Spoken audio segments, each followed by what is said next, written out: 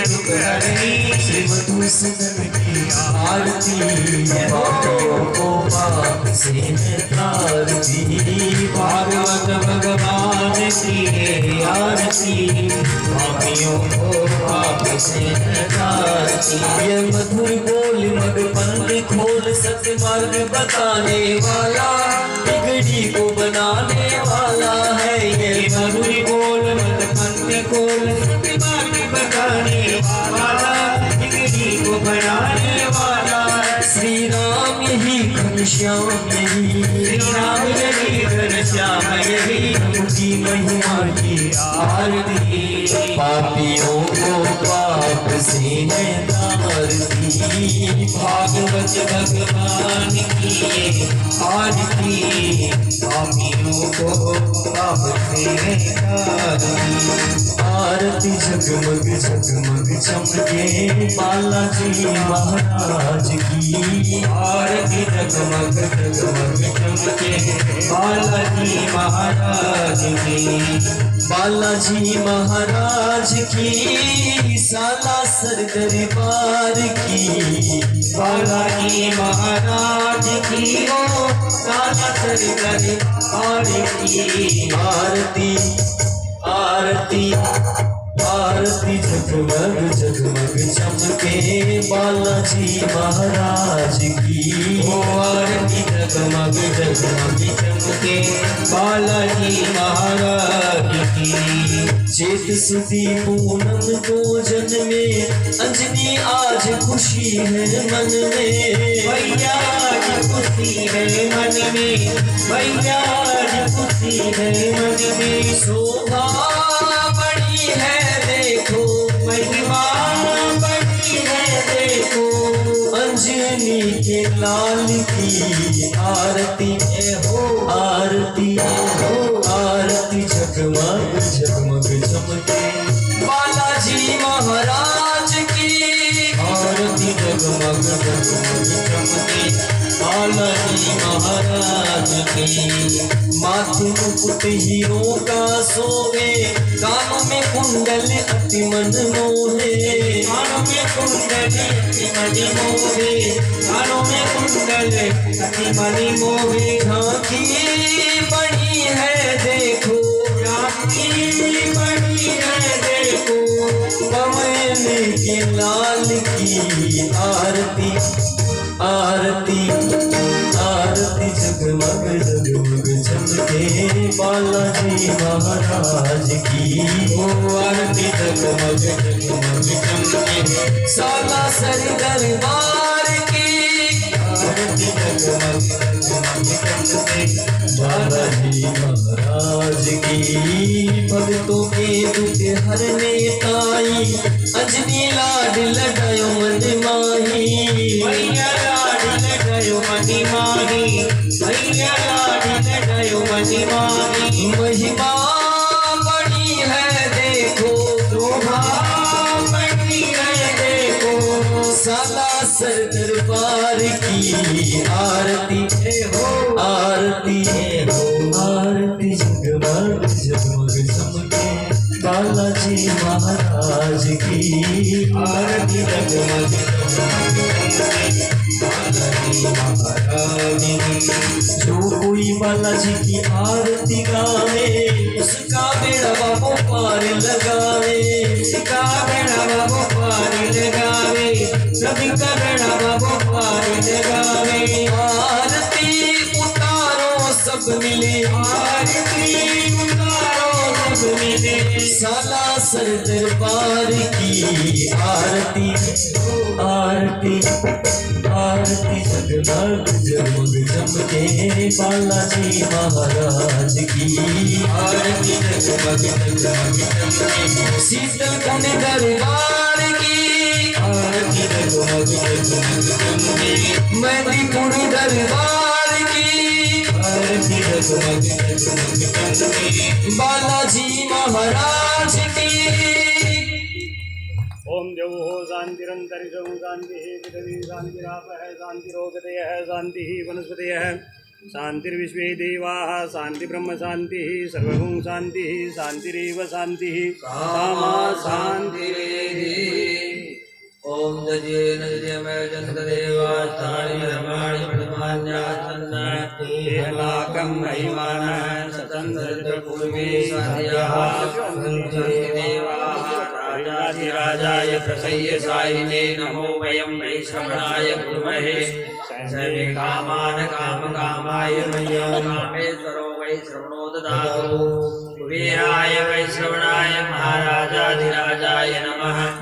ओम स्वस्ति साम्राज्यं भोज्यं स्वराज्यं वैराज्यं पारमेश्वरं राज्यं महाराज्यमाधिपत्यमयं समन्त्रपर्यायी स्यात् सार्वभौमः सार्वायुः अन्तादात् प्रार्दात् पृथिवी समुद्रपर्यन्ताय एकराडिति तदप्येकः श्लोको अविगितो मरुतः परिवेष्टारो मरुतस्यावसङ्गृहे आविष्टस्य कामप्रेत विश्वे देवा सभासदः सेवन्ति कापकुलचम्पकपाणलाब्धये पूर्णागजातिकरवीररसालपुष्पैः विलम्बप्रवालतुलसीदलमञ्जरीभिः स्वं पूजयामि जगदीश्वर मे प्रसीद। नानासुगन्धिपुष्पाणि यथाकालोद्भवानि च पुष्पाञ्जलिर्यादत् गृहाण परमेश्वर महत्पुष्पाञ्जलिं समर्पयामि। तीर्थानि प्रचरन्ति विकासानि गङ्गिणः ते काकुशयोजने भद्रमाणि कर्मसि यानि कानि च पापानि धर्मान्तरकृतानि च तानि सर्वाणि नश्यन्तो प्रदक्षिणे पदे पदे। त्वमेव माता सविता त्वमेव त्वमेव बन्धुश्च सखा त्वमेव त्वमेव विद्या द्रविणं त्वमेव त्वमेव सर्वं मम देव देव त्वमेव सर्वं मम देव देव। हरे राम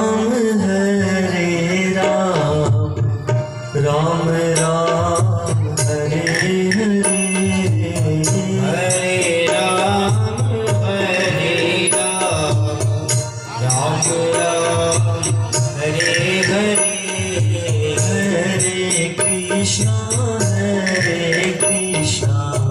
कृष्णा कृष्णा हरे हरे हरे कृष्णा कृष्णा कृष्णा हरे हरे हरे राम राम राम हरे हरे हरे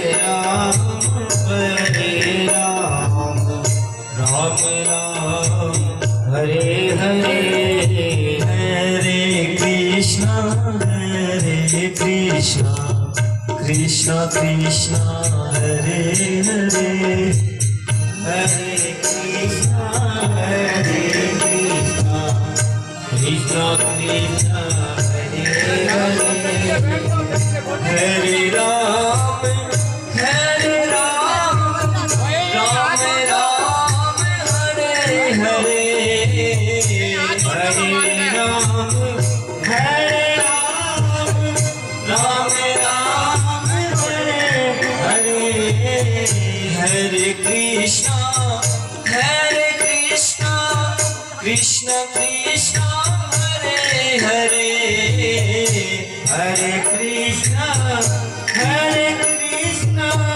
कृष्णा कृष्णा हरे हरे हरे राम राम राम हरे हरे हरे राम राम राम हरे हरे हरे कृष्णा कृष्णा कृष्णा हरे हरे हरे कृष्णा कृष्णा कृष्णा हरे हरे हरे राम राम राम हरे हरे हरे राम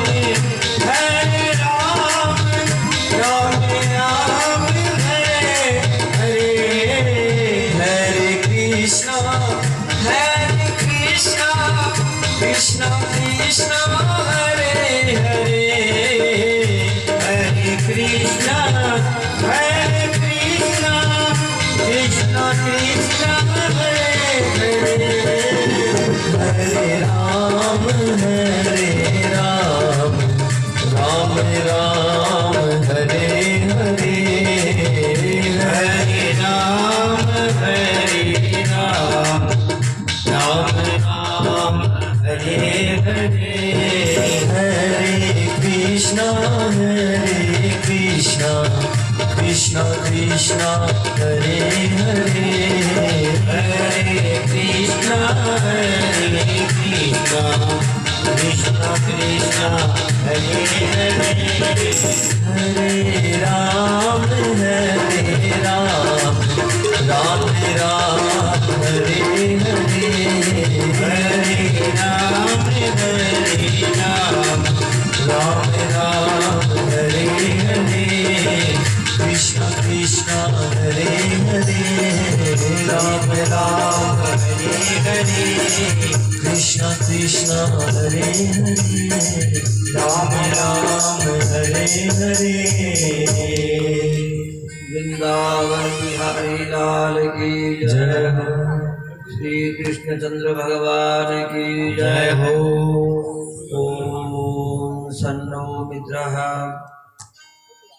सं वरुणः सन्नो भवद्वर्जमा सन्न इंद्रो बृहस्पतिः सन्नो विष्णुरुक्रमा त्वमेव प्रत्यक्षं ब्रह्मासि त्वमेव प्रत्यक्षं ब्रह्म वदिष्यामि सत्यं वदिष्यामि ऋतं वदिष्यामि तन्मामवतु तद्भक्तारम् अवतु अवतु माम् अवतु भक्तारम्। ॐ शान्ति शान्ति शान्तिः। अखण्डमण्डलाकारं व्याप्तं येन चराचरं तत्पदं दर्शितं येन तस्मै श्रीगुरुवे नमः।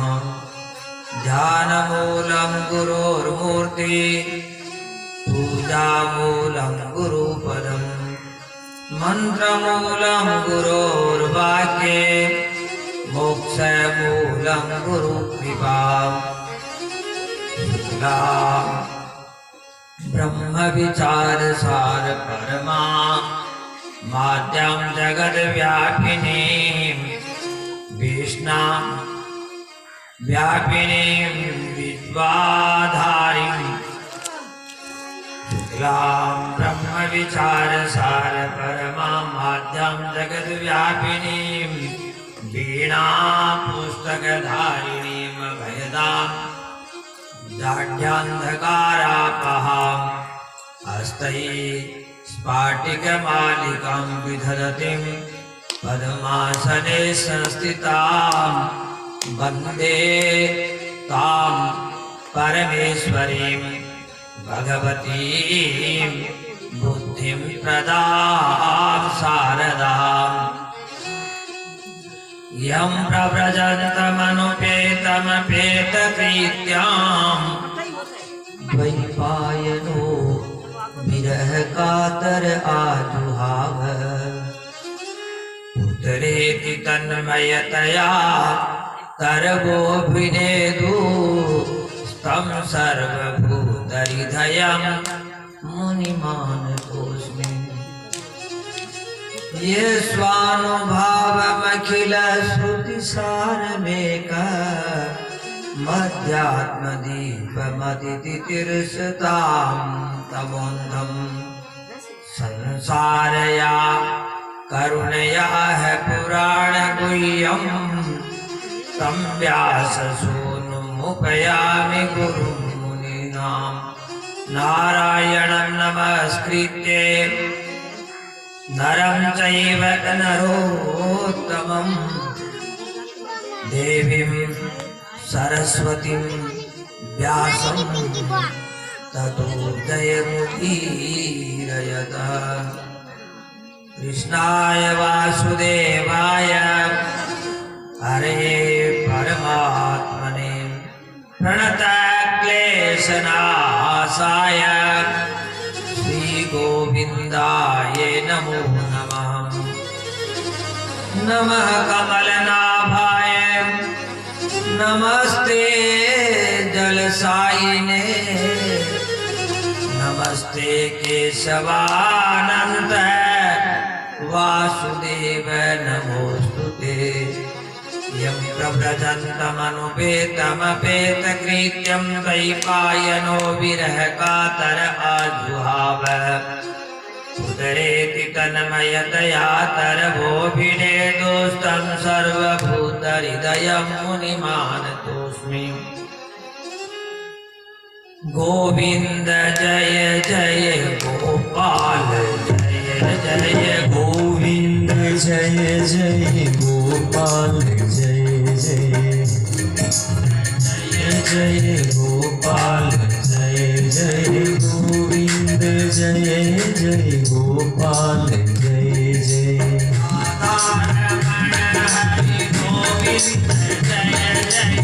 राधारमण हरि गोविंद जय जय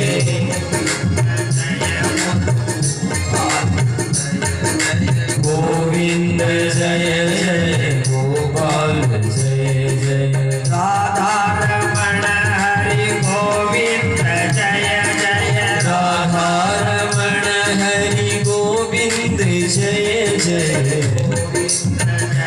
बोलो गोपाल जय जय गोविंद जय जय गोपाल जय जय राधारमण हरि गोविंद जय जय श्री राधारमण हरि गोविंद जय जय गोविंद जय जय गोपाल जय जय गोविंद जय जय गोपाल जय जय राधारमण हरि गोविंद जय जय श्री राधारमण हरि गोविंद जय जय श्री राधारमण हरि गोविंद जय जय श्री राधारमण हरि गोविंद जय जय बालकृष्ण भगवान की जय श्री वृंदावन बिहारी लाल की जय श्री सुखदेव जी महाराज की जय।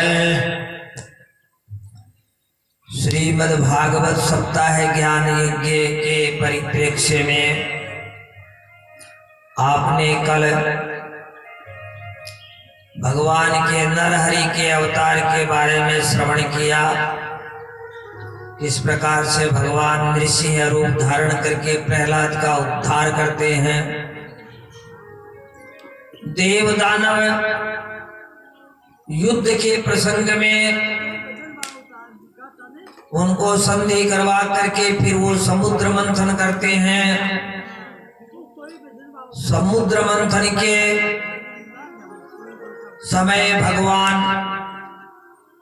कुरुब रूप में अवतार धारण करते हैं।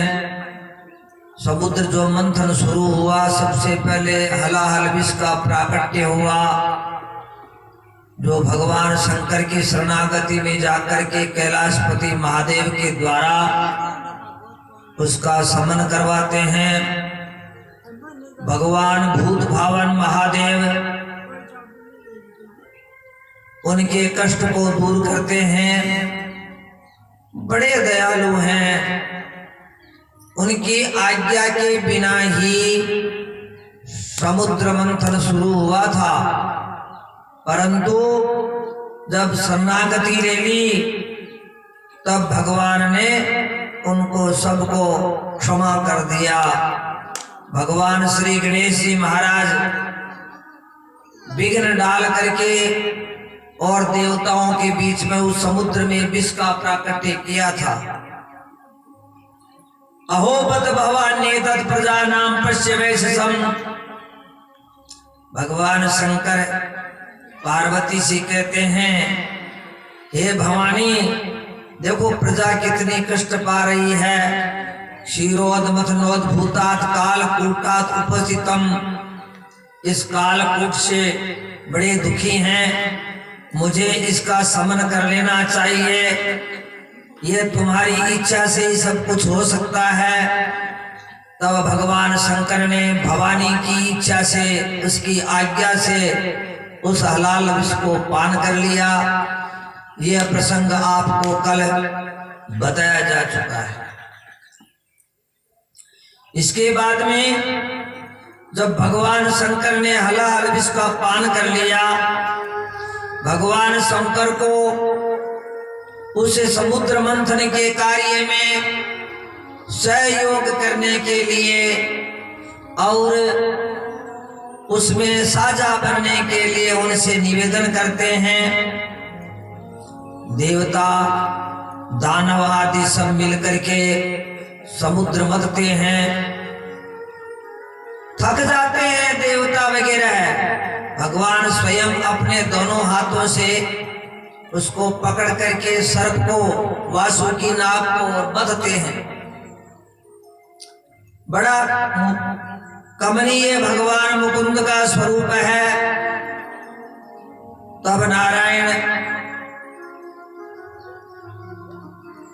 उस समय सबसे पहले जो हलाल विष बता हुआ, उसके बाद में नारायण पीते घरे विखांकेण प्रीतास्ते अमरदानवा ममंथुस्तरसा सिंधो अभिर्धामी ततो भवत। उसके बाद में हविर्धानी का प्राकट्य हुआ। हविर्धानी कामधेनु गाय, कामधेनु गाय का प्राकट्य हुआ। उस गाय को ऋषियों के लिए प्रदान कर दिया गया। अग्निहोत्री ऋषियों ने ब्रह्मा जी के कहने से, भगवान विष्णु के कहने से जो ब्रह्मवादी गण हैं उनको प्रदान कर दिया गया। यह यज्ञ से देवयान से मेध्याय हविकी नृपै। हे राजन, इस गाय के द्वारा जो घृत प्राप्त होता है उससे हवि सिद्ध होती है और मनोवांछित फल की प्राप्ति नारायण होती है। इसके बाद में उच्चे श्रवा नाम हयो अभूत पांडुरंग है। उसके बाद में उच्चे श्रवा नाम का घोड़ा प्रकट हुआ। उसको बलि की पहले से ही इच्छा थी। भगवान नारायण ने इंद्र को कहा, ये उच्चे श्रवा नाम का जो घोड़ा है ये राजा बलि को प्रदान कर दो। तो इंद्र के मन में शंका तो हो गई, लेकिन भगवान की आज्ञा है इसलिए उसको बलि के लिए प्रदान कर दिया गया। उच्चे श्रवा नाम का घोड़ा जो है उसके श्याम वर्ण के कान हैं, बाकी सारा शरीर उसका सफेद है। यह है घोड़ा जिसके पास होता है वह 100 अश्वमेध यज्ञ की फल की प्राप्ति कर लेता है। वो 100 अश्वमेध यज्ञ करने में समर्थ होता है। इसलिए बलि ने उसको ले लिया। उसके बाद में ऐरावत नाम का सफेद रंग का हाथी प्रकट हुआ।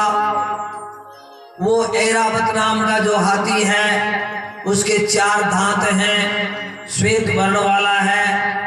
वो इंद्र को प्रदान कर दिया गया। एक एक चीज बांटी जा रही है।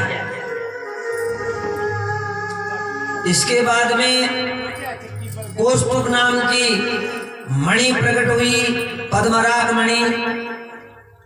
उस पद्मराग मणि को भगवान विष्णु ने अपने वक्षस्थल पर धारण कर लिया।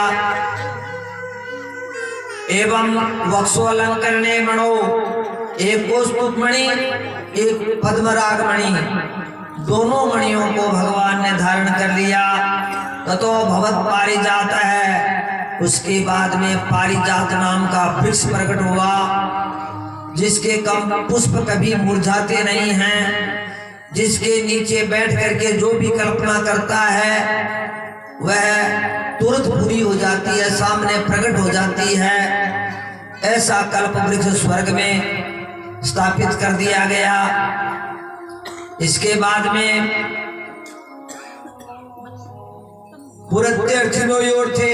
तदस्त्राप्सरसो जाता।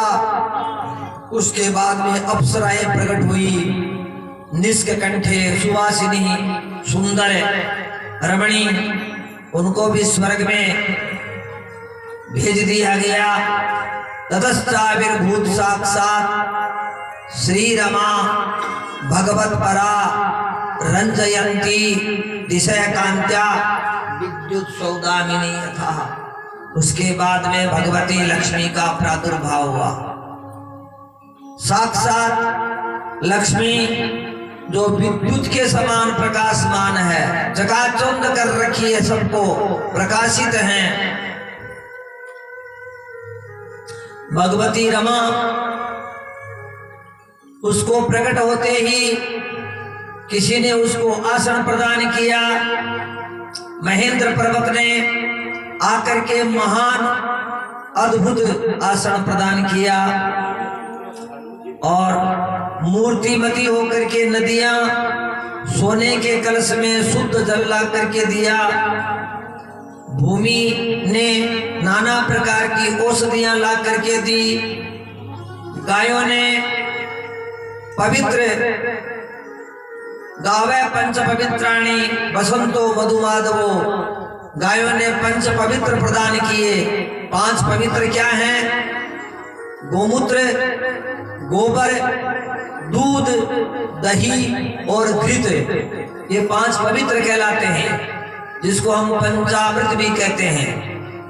ये गाय के द्वारा प्राप्त हैं। गाय ने पंचगव्य दिया, बसंत ने मधु और माधव प्रदान किए। ऋषि कल्पयान चक्रूर अभिषेकम यथा विधि। उसके बाद में ऋषियों ने भगवती महालक्ष्मी का अभिषेचन शुरू किया।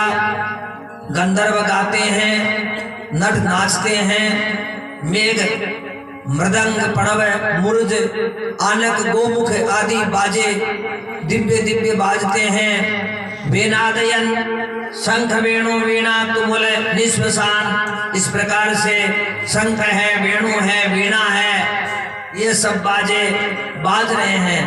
ततो अभिषिचुर्देवीं श्रियं पद्मकरां सतीं, इस प्रकार से भगवती सती जो है पद्मकरा, जिसके हाथ में कमल है, ऐसी दिगिभा पूर्ण कलशई ही सुप्त वाक्य ही, इस प्रकार से वो सुशोभित भगवती जगदम्बा महालक्ष्मी शोभायमान है। समुद्र ने पीले वस्त्र प्रदान किए, वरुण ने वैजयंती माला प्रदान की, जिसके चारों ओर भंवरे गुंजायमान हैं। भूषणानि विचित्राणि विश्वकर्मा प्रजापति ही, प्रजापति विश्वकर्मा ने नाना प्रकार के दिव्य आभूषण प्रदान किए। भगवती सरस्वती ने कमल के गट्टों की, कमल गट्टों की माला प्रदान की। नागों ने भगवती को कुंडल प्रदान किए। तथा कुतस्वस्तेनम, उसके बाद में स्वस्ति वाचन किया गया। स्वस्ति वाचन होने के बाद में नदत विरेफाम परिग्रहणा, जिस माला को भगवती महालक्ष्मी ने धारण कर रखा है, उसके चारों ओर भंवरे गुंजायमान हैं। वह महालक्ष्मी एक श्रेष्ठ वर देखने के लिए उस सभा में उसमें देख रही हैं। तो एक तरफ राक्षस हैं, दानव हैं, किन्नर हैं, गंधर्व हैं, चारण हैं, विद्याधर हैं, सिद्ध हैं और अन्य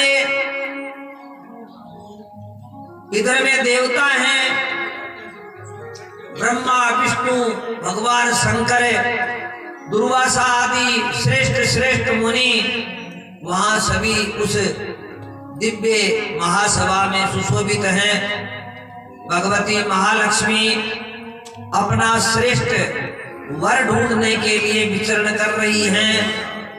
भगवती ने राक्षसों को तो देखा तक ही नहीं। फिर वो मन में कल्पना करती हैं, मेरा वर कौन कैसा हो सकता है। विचार करती हैं, मैं ऐसे वर को वरूं जो श्रेष्ठ हो। श्रेष्ठता क्या है?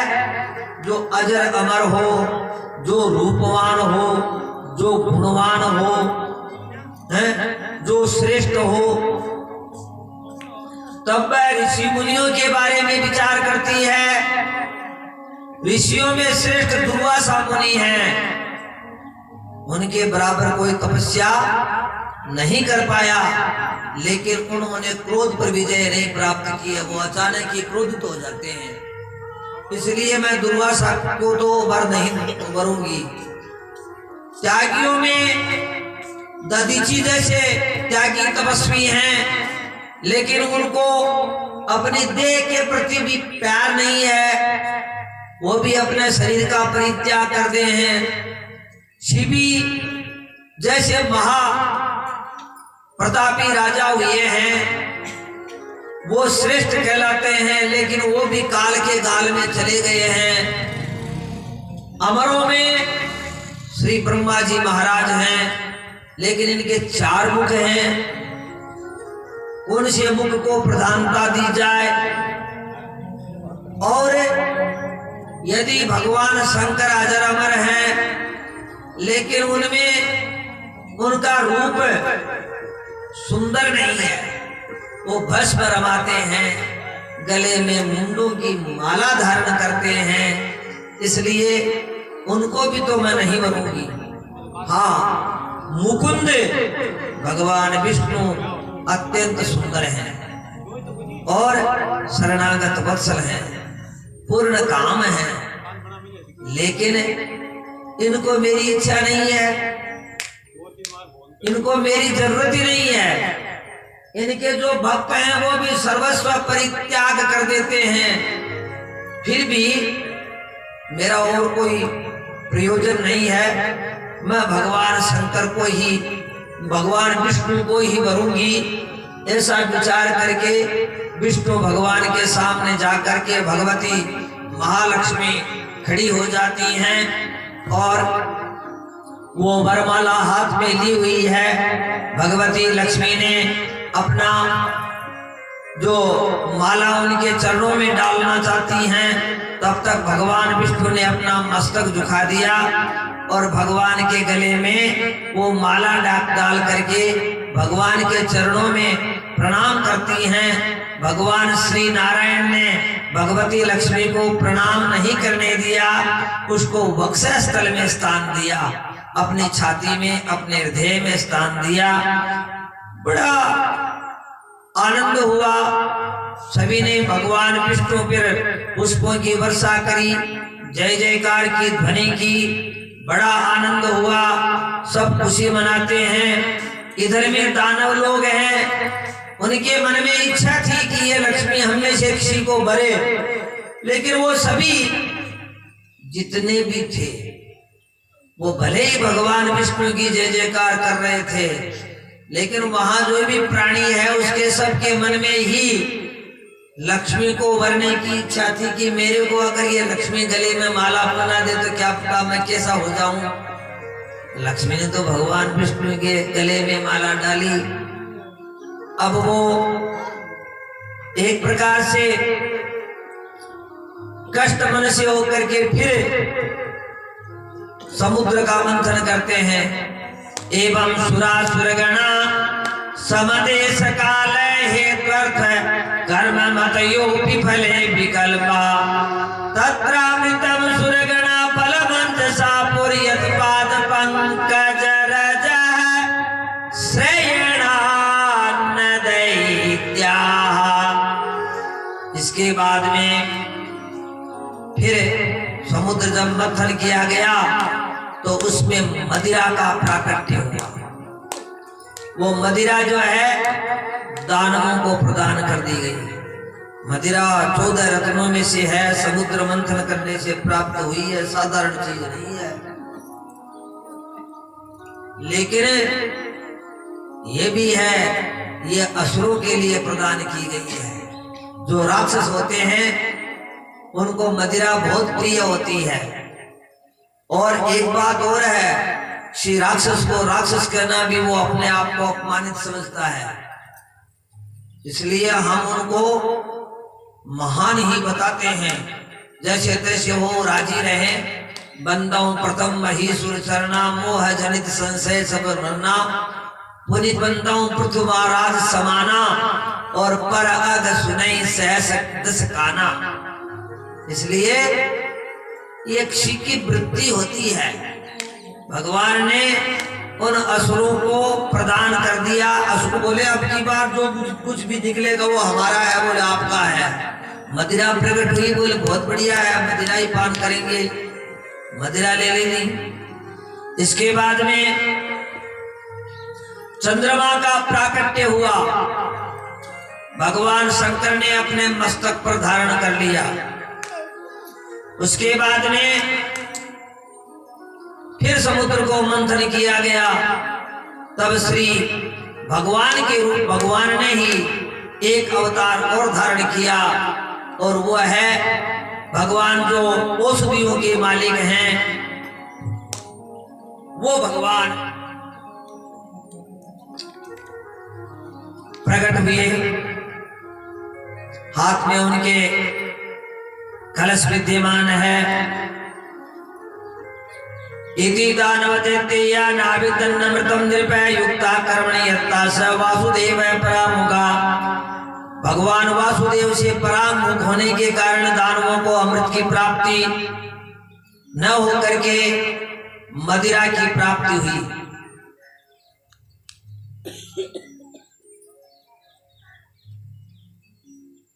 सपत्नानां परमामृतिं दृष्ट्वा ते दितिनन्दना मृष्यमाणा उत्पेतु देवान् प्रत्युद्यतायुधा ततः सुरगणा सर्वे सुधिया पीति ये दिदा प्रतिसंयुधुसस्रे। इस प्रकार से भगवान धन्वंतरी अवतार भगवान की जय। भगवान धन्वंतरी अमृत का कलश लेकर के बाहर आए। आते ही अचानक उन्होंने उसको छीन लिया अपने हाथ में राक्षसों ने, और भगवान धन्वंतरी के हाथ में से जो अमृत लेकर के चले गए राक्षस, अब वो आपस में कहते हैं ठहर ठहर पहले मैं पीऊंगा। वो कहता है नहीं नहीं पहले मैं। वो तो आपस में पहले मैं लगा रहा।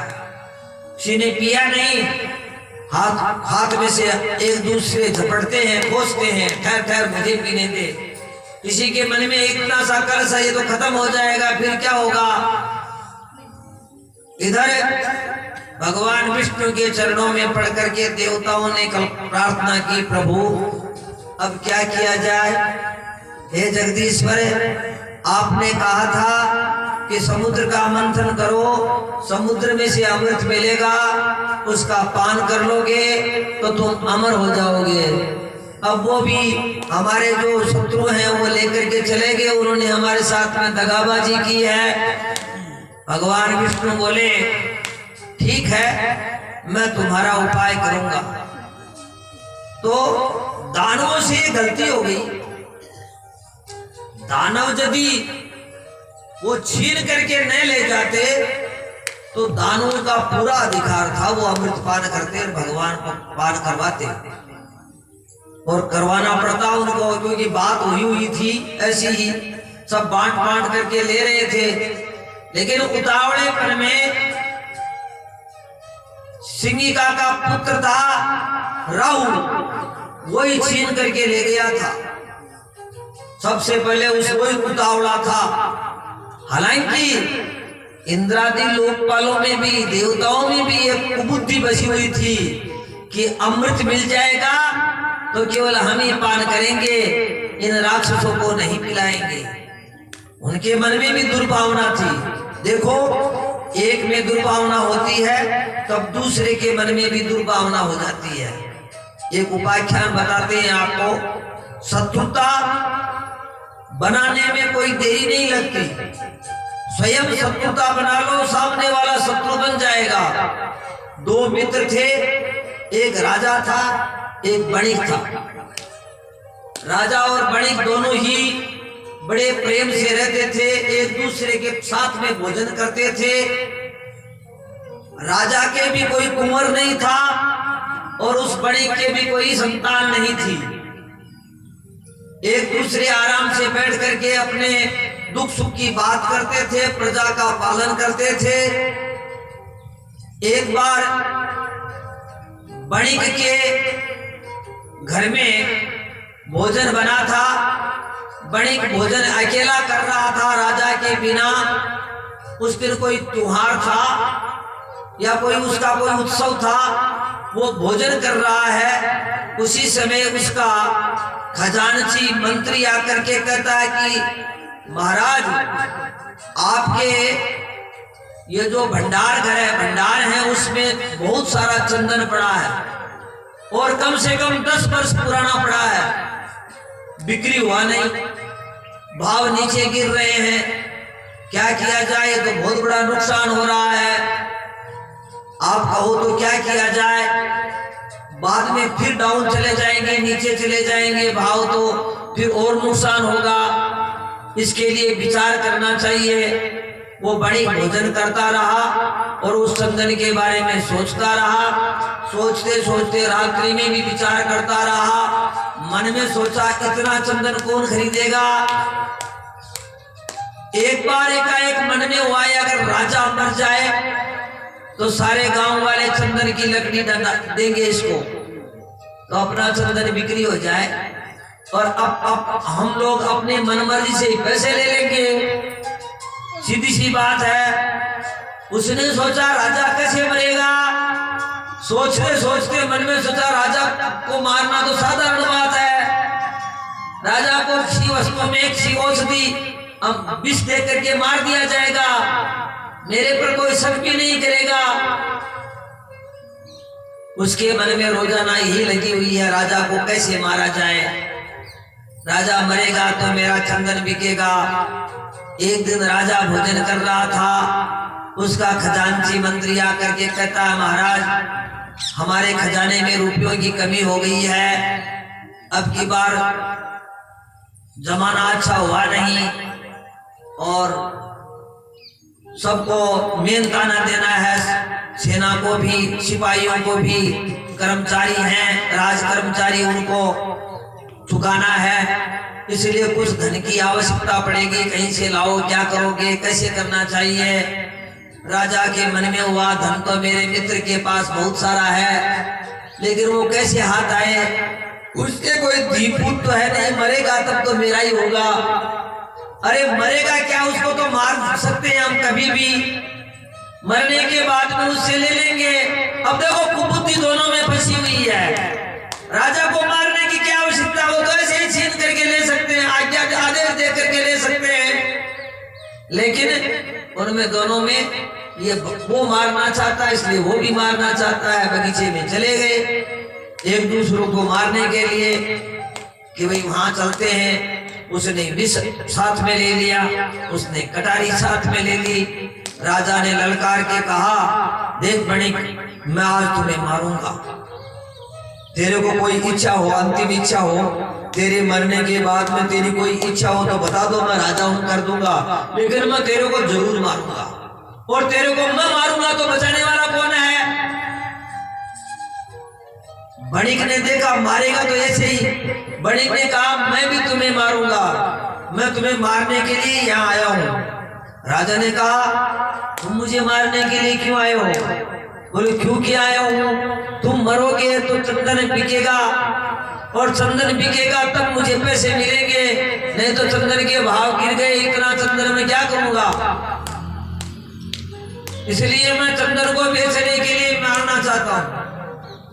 अरे पागल, चंदन क्यों बेचने के लिए मुझे क्यों मारते हो, चंदन तो मुझे ऐसे ही दे दो, मैं अच्छी अच्छी चंदन की लकड़ियों से कुर्सी है, टेबल है, अपने बैठने के जो उपायन हैं और घर महल में बना दिए जाएंगे, मंदिरों में बना दिए जाएंगे, तैयारी अनेक प्रकार की चौखट वगैरह, कुमाड़ वगैरह, जो कुछ भी बनाया जा सकता है। तो मुझे क्या मार करके क्या प्राप्त करोगे, तुम्हारे धन का आखिर होगा क्या। तो बणिक ने कहा तुम मुझे क्यों मारना चाहते हो। राजा ने कहा मेरे खजाने में कुछ नहीं है, इसलिए तुम्हें मार रहा हूं। उसने कहा खजाने में तुम्हारे पास नहीं है, इसके लिए मुझे क्यों मारते हो, मेरे से ले लो, उधार ले लो, या मेरे मरने के बाद में तुम्हारा ही तो सब कुछ है। तो वो तो उन पर भगवान की कृपा हो गई, लेकिन दुर्भावना एक आदमी करता तो दूसरा भी उसके सामने, उसके हृदय में दुर्भावना पैदा हो जाती है। देवताओं का हृदय साफ नहीं था, इसलिए दानवों ने वो उठा करके कलश को ले गए अब भगवान विष्णु से जब प्रार्थना की तो जगदीश्वरी ने फिर एक रूप धारण किया। मोहिनी अवतार भगवान की जय। भगवान ने सुंदर मोहिनी का रूप बनाया। मोहिनी बन करके वहां चले गए। देवताओं दानवों के बीच में वो आपस में पहले मैं कर रहे थे। उनके बीच में जा चले गए। उनके चरणों में जो घुंघरू बंधे हुए हैं वो खण खण की ध्वनि करते हैं। उनके जो हाथों में चूड़ियां हैं वो बज रही हैं और अपनी तिरछी चितवन से वो एक कंदुक गेंद खेलती हुई वो बालिका बनी हुई एक नवयौवना दौड़ रही है। कभी इधर जाती है कभी उधर जाती है। उसकी आवाज देख करके सब उसके पास चले गए। एक कहता है, हे सुश्रोणी, तुम कौन हो, कहां से आई हो? जो भी हो, हमारे भाग्य से आई हो। हमारा बड़ा भाग्य है ना तुम यहाँ आई हो। एक काम करो, तुम जरूर बिल्कुल कुमारी हो, ये हमें पक्का विश्वास है। किसी के साथ में तुम्हारा विवाह नहीं हुआ है। जो भी हो, हमारा बड़ा भाग है। तुम एक काम करो, ये कलश तुम अपने हाथ में ले लो।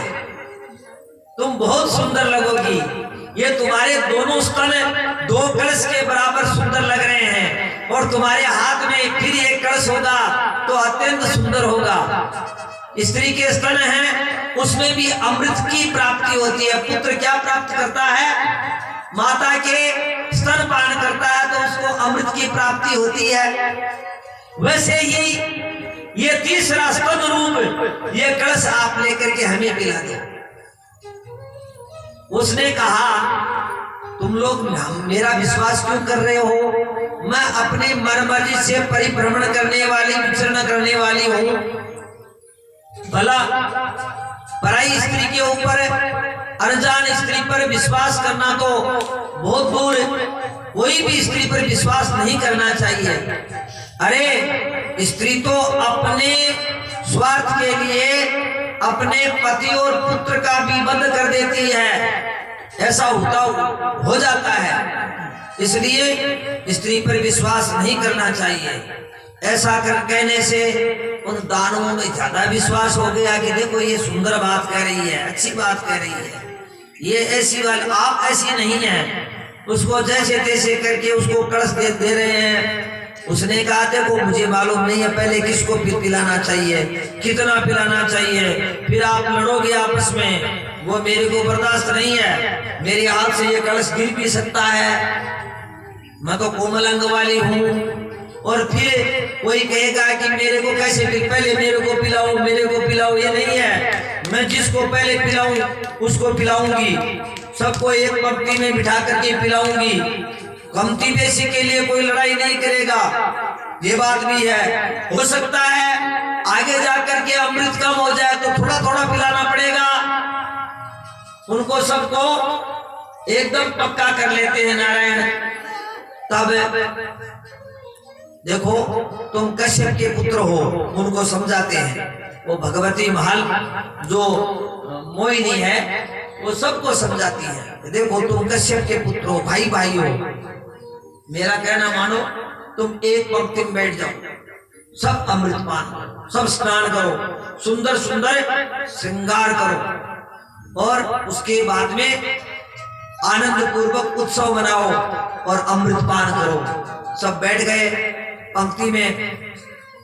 भगवान मोहिनी जो है उनके अंग रक्षक के रूप में चंद्रमा और सूर्य उसके साथ साथ चलते हैं, प्रत्येक का परिचय कराते हैं, ये फला है, ये फला है, ऐसे मानो वो अनजान है किसी के लिए। वैसे वो अमृत पान कराती हुई वो ललना भगवती महामाया मोहिनी सबको, वो दानव है उनकी तरफ अपनी भ्रिकुटी की छटा देख करके, और वो दानव कहते हैं कि हमें तो अमृत से बढ़ करके तुम अच्छी लगती हो, कितनी सुंदर हो तुम, हमें देख रही हो, हम बड़े धन्य हैं जो हमारी तरफ आप देख रही हैं। ऐसे करते करते देवताओं को अमृत पान करवा दिया। दानवों की पंक्ति की तरफ बढ़े, उससे पहले ही देवताओं की पंक्ति में ही राहु आकर के बैठ गया था। उसने अमृत पान कर लिया। चंद्रमा और सूर्य ने बता दिया कि ये राक्षस है, इसने पंक्ति भेद किया है, ये दानवों की पंक्ति में से देवताओं की पंक्ति में आया है। तब भगवान विष्णु ने कहा, वो उस मोहिनी ने कहा, तुमने ये अपराध कैसे किया, मेरी आज्ञा का पालन नहीं किया, इसलिए मैं अमृत पाऊं पिलाऊंगी भी नहीं। और अपने चक्र को याद करके नारायण उस जो राहु है उसके मस्तक को उतार दिया, तो उसका मस्तक केतु कहलाया, उसकी धड़ वो राहु कहलाई। इस प्रकार से और उसी समय वो तुमुल हो गया। कलश रख करके भगवती मोहिनी तो अंतर्ध्यान हो गई, वहां कोई मोहिनी नहीं है। अब उनके मन में राक्षसों के हुआ, दानवों के, कि अरे ये तो हमारे साथ में बहुत बड़ा धोखा किया है, ये तो देवताओं की चाल थी। इसलिए भयंकर युद्ध चालू हो गया और इतना महाभयानक युद्ध हुआ, बहुत काल तक चला, कोई भी हारा नहीं, कोई भी जीता नहीं। ब्रह्मा जी ने आकर के उनको संधि करवाई, बोले भाई रोजाना की राड अच्छी नहीं है, अब तुम शांति से रहो, युद्ध खत्म करो। ब्रह्मा की आज्ञा से सबने युद्ध समाप्त कर दिया। बलि फिर अपने इस पृथ्वी लोक पर शासन करता है। इस पृथ्वी लोक पर उस काल में ये प्रहलाद के वंशज ही शासन करते थे। राजा बलि ने सबको बुला करके कहा, देखो धर्मो रक्षति रक्षित है, जिसने धर्म की रक्षा की है वह अवश्य रक्षित होता है। ये इंद्र है, उसने अधर्म किया है, इसका निश्चय ही ये इसका अमंगल होगा। ऐसे करके और उसने ब्राह्मणों की सेवा करनी, धर्म की संस्थापना करनी, यज्ञ याग करना। वो उच्चे श्रवा नाम का जो घोड़ा मिल गया था, वो त्रिलोकी में त्रिभुवन में घूम करके आया और त्रिभुवन में राजा बलि का डंका पीट गया। स्वर्ग पर भी राजा बलि ने शासन कर लिया। अब क्या हो, राजा बलि की सब जगह दुहाई होती है। राजा बलि बड़ा प्रतापी राजा है, सब ब्राह्मणों की सेवा करता है, सब धर्म की सेवा करता है, प्रजा में कोई प्रकार का दुखी नहीं है। देवता लोग पर्वतों की कंदराओं में इधर उधर छूटते फिरते हैं, बड़े कष्ट को प्राप्त होते हैं। बहुत काल बीत गया, देवता लोग उजड़ गए, उनको सपने में भी अब आस नहीं है कि हम कभी भी कहीं भी घर बना करके भी रहेंगे। वो अपने पत्नियों के साथ में, अपने पुत्रों के साथ में नारायण इधर उधर भटकते फिरते हैं। तब देवताओं की माता अदिति कश्यप जी के पास जाती है। कश्यप जी महाराज तपस्या में लीन हैं। कश्यप जी महाराज से बोली, महाराज कैसे हैं आप? बोले ठीक है हम तो। बोला आप तो ठीक हैं, आपको क्या चिंता है? मेरे पुत्रों की देखो कैसी दुर्दशा है, आप अपने संतान के बारे में कुछ भी नारायण सोचते नहीं हैं, ये अच्छी बात नहीं है। महाराज मेरे पुत्र इंद्रादि जो कल त्रिलोकी के अधिपति थे, आज वो पर्वतों की कंदराओं में, नदियों के तट पर जहां तहां विचरण करते हैं जैसे। तो ऐसे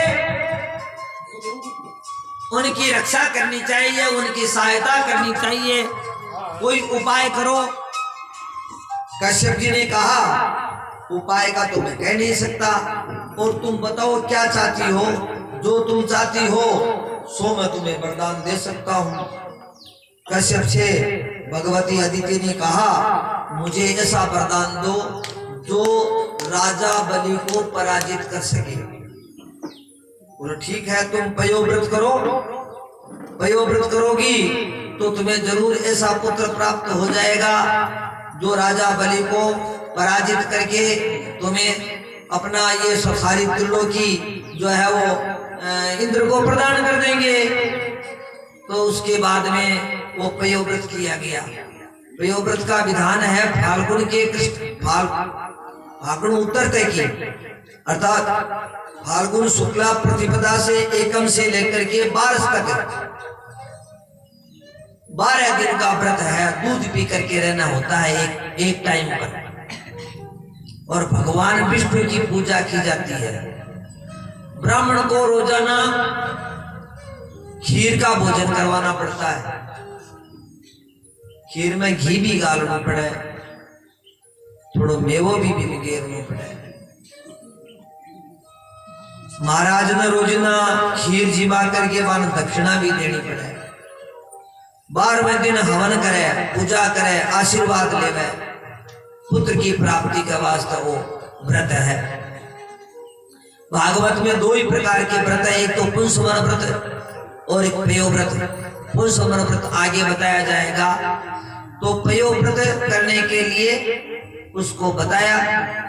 भगवती अदिति ने पयो व्रत किया, उसके गर्भ में भगवान नारायण प्राप्त हुए और उनको देखने के लिए ब्रह्मा जी महाराज आकर के स्तुति करते हैं और कश्यप की पत्नी अदिति से कहते हैं, हे अदिति तुम धन्य हो, तुम्हारे गर्भ में जो अनंत कोटि ब्रह्मांड नायक हैं वो विराजमान हैं। उत्तम काल में भाद्रपद के महीने में, भाद्रपद के महीने की शुक्ल पक्ष की द्वादशी को मध्याह्न काल में भगवान वामन प्रकट हुए। वामनावतार भगवान की जय हो। भगवान वामन जब प्रकट हुए, दिशाएं प्रसन्न हो गई, बड़ा आनंद हुआ।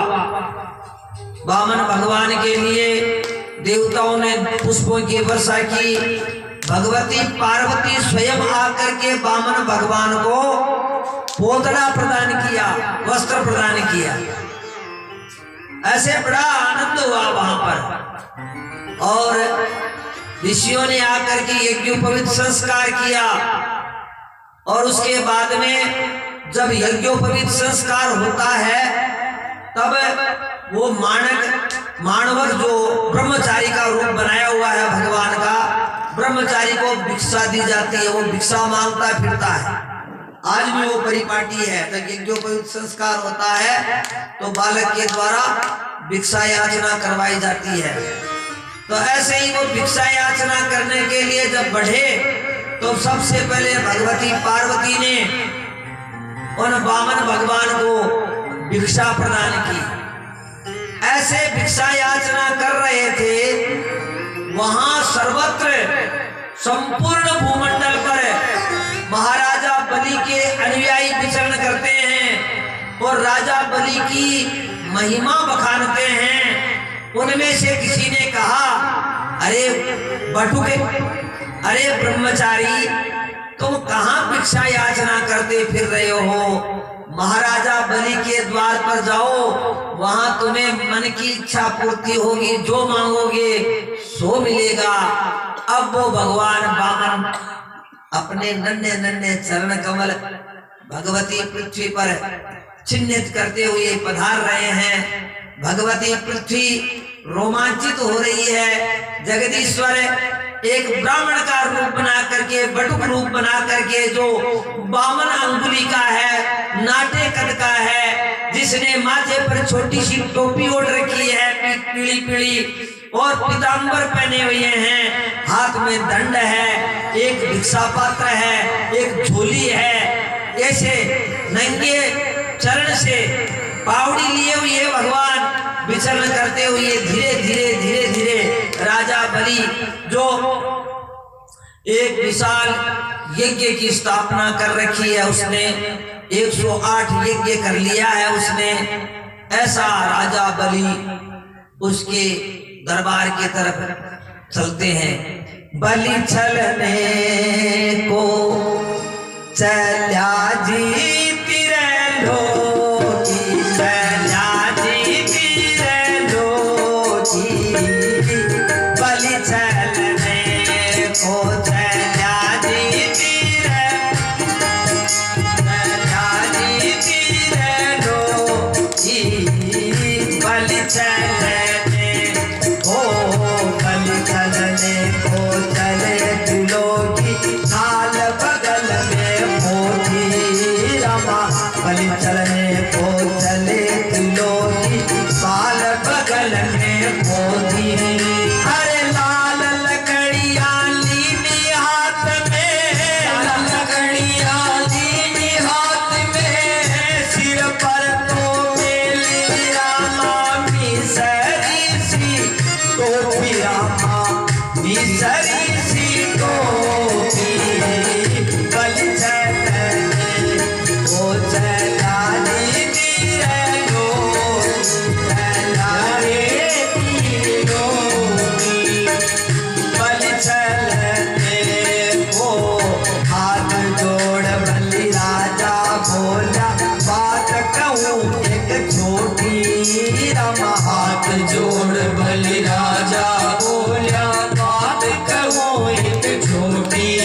अरे मांगो सोई मांगो ब्राह्मण, मांगो सोई मांगो ब्राह्मण, मन इच्छा फल होसी, इच्छित फल होसी, बल छल ओ जाति तीरलो, गजारे तिरलोकी, बल छल हो तीन पैर पृथ्वी दे राजा, करो कुटैया छोटी, रम तीन पैर पृथ्वी दे राजा, करो कुटैया छोटी, तुलसीदास भजो भगवाना, तुलसीदास भजो भगवाना, माय बनाओ सोय दाल रे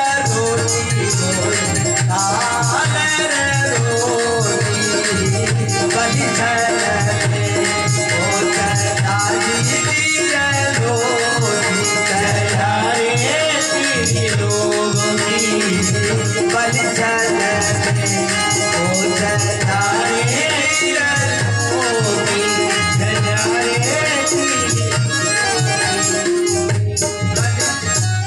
बावनावतार भगवान की जय। तो बामन भगवान जब वहां यज्ञ मंडप के पास पहुंचे, बड़ा आश्चर्य हुआ। अग्निदेव स्वयं कुंडों में से बिना आहुति की ऊंची ऊंची लपटें करता हुआ बहुत ऊंचा अग्निदेव आ गया, जैसे मंडप को छू रहा था। ब्राह्मण लोग जितने भी यज्ञ में बैठे हुए तपस्वी थे, ऋत्विक थे, उनको मालूम नहीं है, बिना कारण ही अचानक खड़े होकर के वेद ध्वनि से भगवान की स्तुति कर रहे हैं। राजा बल ने इधर उधर देखा, क्या बात है, अचानक ये क्या हुआ। द्वार पर एक बटुक खड़ा है, सामने जाकर के प्रार्थना की, महाराज आप बड़े तपस्वी हैं, आज मेरा बहुत बड़ा अहोभाग्य है। हे महाराज, ऐसे तपस्वी छोटे से पावन रूप मैंने त्रिलोकी में कहीं नहीं देखा। आप मेरे साक्षात यज्ञ पुरुष भगवान हैं, मेरे यज्ञ को सफल करने के लिए पधारे हैं। मैं कृतकृत्य हो गया। हे महाराज, आप मेरी सेवा को स्वीकार करो। मैं जो भी पत्र पुष्प आप जो मांगोगे सो यहाँ कोई कमी नहीं है।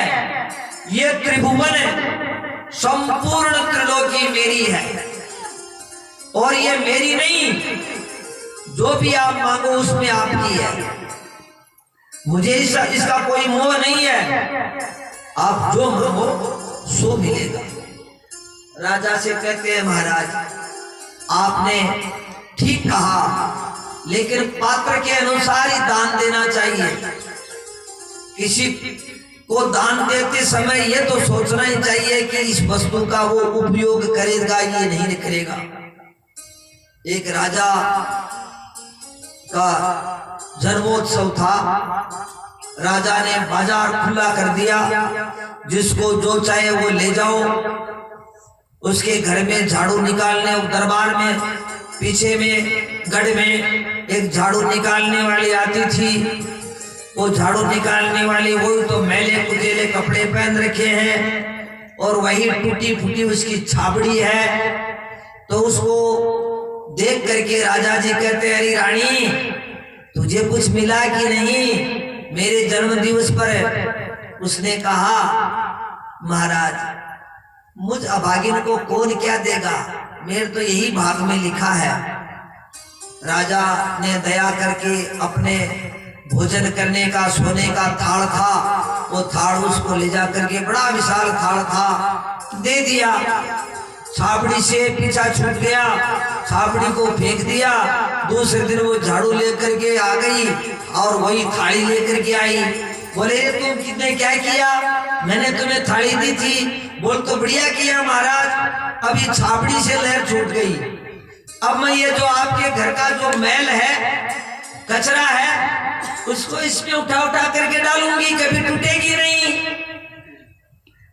तो राजा के मन में हुआ कि अरे मैंने गलती की, इसको सोने के थाल के बारे में जानकारी नहीं है, ये तो मूर्ख है, ज्ञान नहीं है। तो कुपात्र दानात जब हवे दरिद्र, कुपात्र को दान नहीं देना चाहिए। दरिद्र भावाच्च करोति पापम पाप प्रभावा नरकम प्रयान्ति पुनर्दरिद्री पुनरेव पापी। इसलिए पात्रता के अनुसार हे राजन दान करना चाहिए। हे महाराज मुझे तपस्या करनी है, मुझे एक कुटिया बनानी है, मुझे मेरे 3 पैर पृथ्वी दे दो, ये संपूर्ण पृथ्वी आपकी है, कहीं मुझे व्यवधान ना हो। कभी आपका कोई रास्ता निकलता हो, कोई नदी निकलती होगी, आपकी कोई सवारी निकलती हो और मुझे व्यवधान पहुंचाए जाए, मैं तो एक साथ अपनी कुटिया में बैठ करके भजन पूजन करना चाहता हूँ शाश्वत, और कुछ नहीं चाहिए, 3 पैर पृथ्वी चाहिए। राजा ने कहा तुम पागल हो गए हो, ये तो मेरा निरादर करने के लिए आए हो तुम। भला सोचो, त्रिभुवन का मालिक होकर के मैं केवल 3 पैर पृथ्वी, और वो भी इतने महान दिव्य अग्नि के स्वरूप में है आप, साक्षात यज्ञ की अग्नि है आप, इतने दिव्य स्वरूप को धारण करके आए हैं, परम ब्रह्मचारी हैं। आपको मुझे तो लज्जा आती है, आप अपनी मर्जी से जितना लो उतने, कोई लोग लो, कोई दीप लो, ये क्या मांग रहे हैं महाराज? बार बार कहने के बाद में राजा को कहते हैं महाराज ये बात कोई बड़ी नहीं है, आपके परिवार में सब दानी ही दानी हुए हैं। महाराजा हिरण्यकशिपु ने तो अपना नरहरि को कलेजा ही दे दिया, और उसके बाद में प्रहलाद हुए तो उनका कहना ही क्या है, उन्होंने तो सर्वस्व श्री हरि के ही शरण समर्पित कर दिया।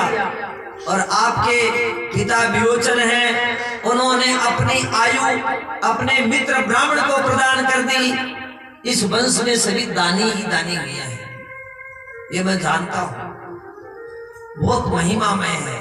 इस वंश की कितनी बखानी जाए, जितनी महिमा बखाने उतनी ही कम है। बिरदावली गाते हैं भगवान वामन, और ज्यों ज्यों बिरदावली गाते हैं त्यों त्यों वो पक्का होता है। बोले नहीं महाराज कुछ और ले लो। अच्छा एक काम करो, आप अपने मनमर्जी छोटे छोटे चरणों से कितनी ऐसी जगह लेंगे आप, इससे आपकी झूठी बन पाएगी, इसके बारे में मेरे मन में संशय होता है। भला अच्छा एक काम करो, आप उछल उछल करके कूद कूद करके ले लेना, लेकिन आप जितना चाहो 3 पैर से कोई बात नहीं है, 3 पैर से आप अधिक भी ले सकते हैं। फिर आप ये कह रहे हैं तो गुरुदेव से शुक्राचार्य से कहा महाराज संकल्प करवाओ, आप ये ब्राह्मण आए हैं। गुरुदेव शुक्राचार्य ने कहा ये ब्राह्मण नहीं है, ये ठगोरा है। अरे तुम क्या कर रहे हो? देख बली, मैं तुम्हें आदेश देता हूं कि तुम मेरी आज्ञा के बिना किसी को भी दान नहीं करोगे, इस ब्राह्मण को भी नहीं। तुम इसको वापस लौटा दो, नहीं तो ये मुश्किल से बड़ा कष्ट पा करके हमने ये त्रिभुवन का राज दानवों को प्रदान करवाया है, ये एक ही क्षण में सारा नष्ट हो जाएगा। मत दे रे राजा दान जमी को, राजा दान जमी को, मत दे रे राजा अब तू दान जमी को, राजा जमी को मत दे रे राजा, पार नहीं पायो हरि को यो तो विप्र नहीं है, राजा पार नहीं पायो हरि को यो तो विप्र नहीं है। अरे छलियो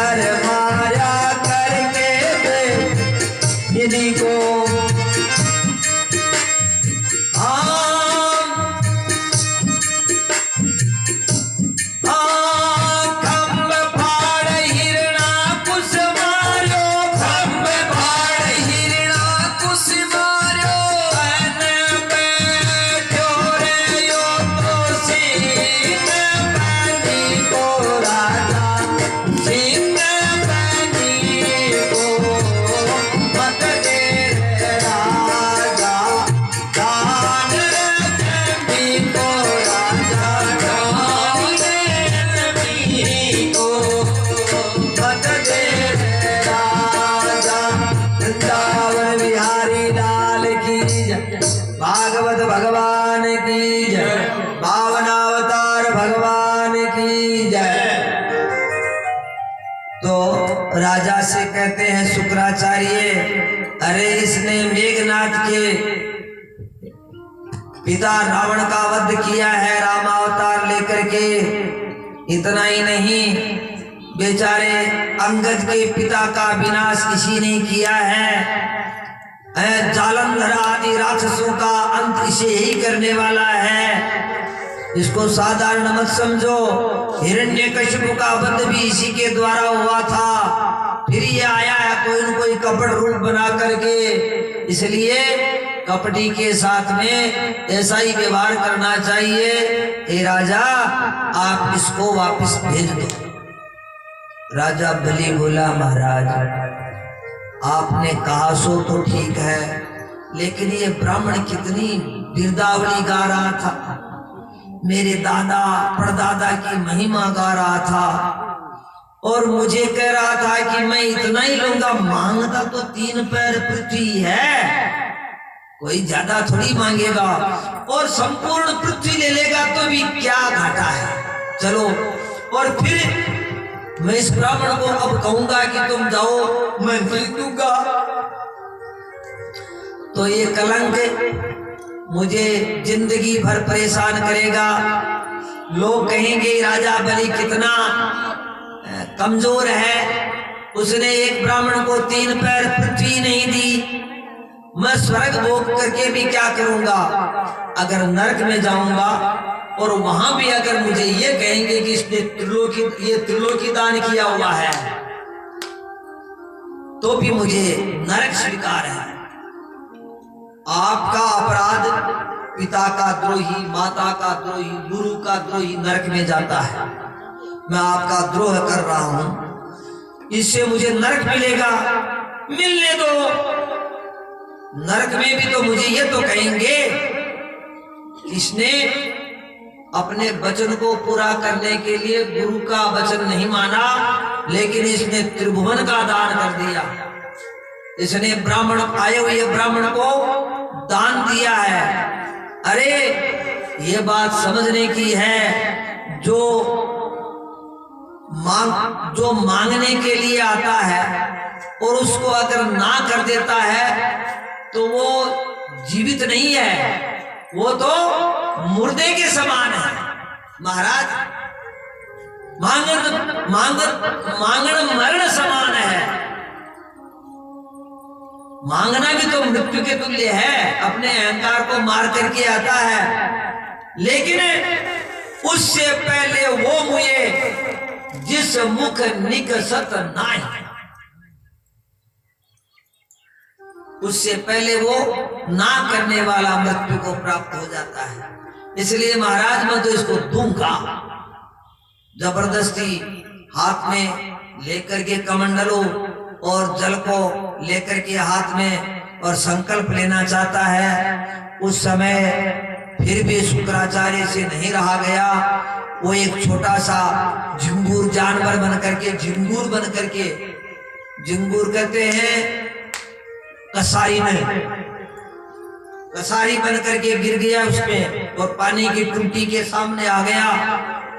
भगवान ने पानी नहीं आया तो उसको अपने आसन में, दरबा का आसन साथ में था, उसमें से दरबा का तिनका निकाला, उसमें घुसेड़ दिया तो वो तिनके की आंख में लग गई और वो शुक्राचार्य जी महाराज की एक आंख फूट गई।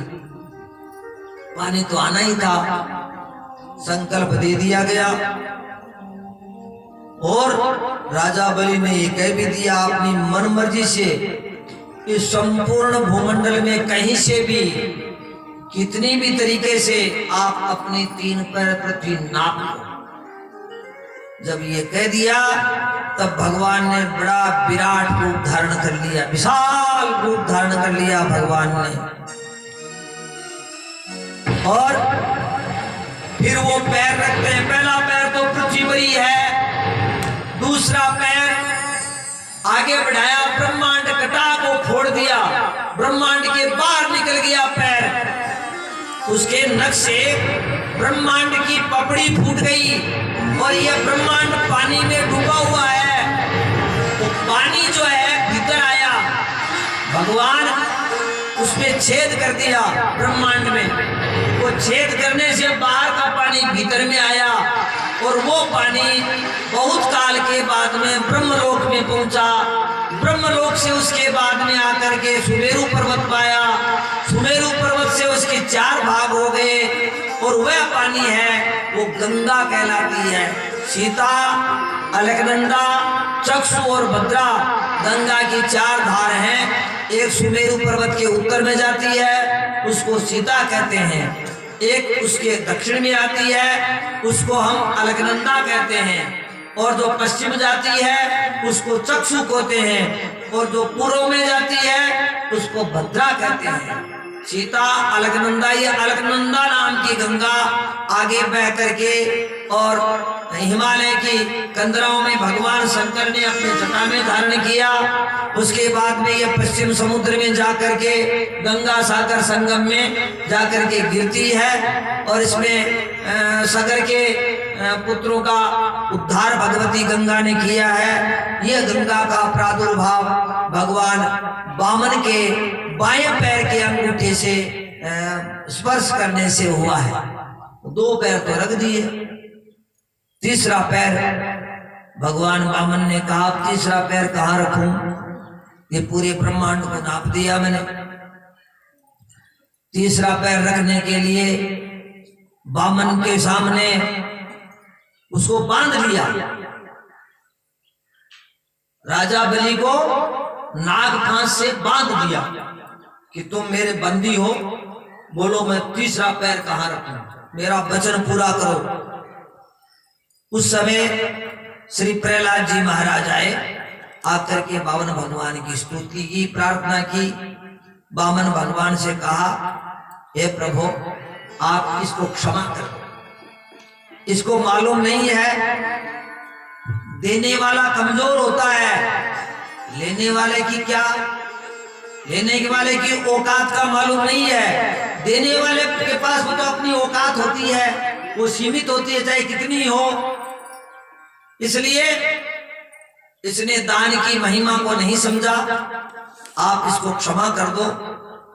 बलि की पत्नी विंध्यावली उस समय जालक मालिनी जाड़ जेठ को घाघरो पहरिया और जाड़ उसके जो तन पर भगवती के ओढ़नी है उसमें तरह तरह का जाड़ है और उसने नाना प्रकार के मणियों के उसने गहने पहन रखे हैं, उससे वो बड़ी सुशोभित हो रही है। वो विंध्यावली जालक मालिनी आकर के और कहती है, हे वामन तुम मेरे पति को खोल दो, तुम्हें तुम्हारा दान चाहिए ना, तुम्हारा दान पूरा मैं करूंगी।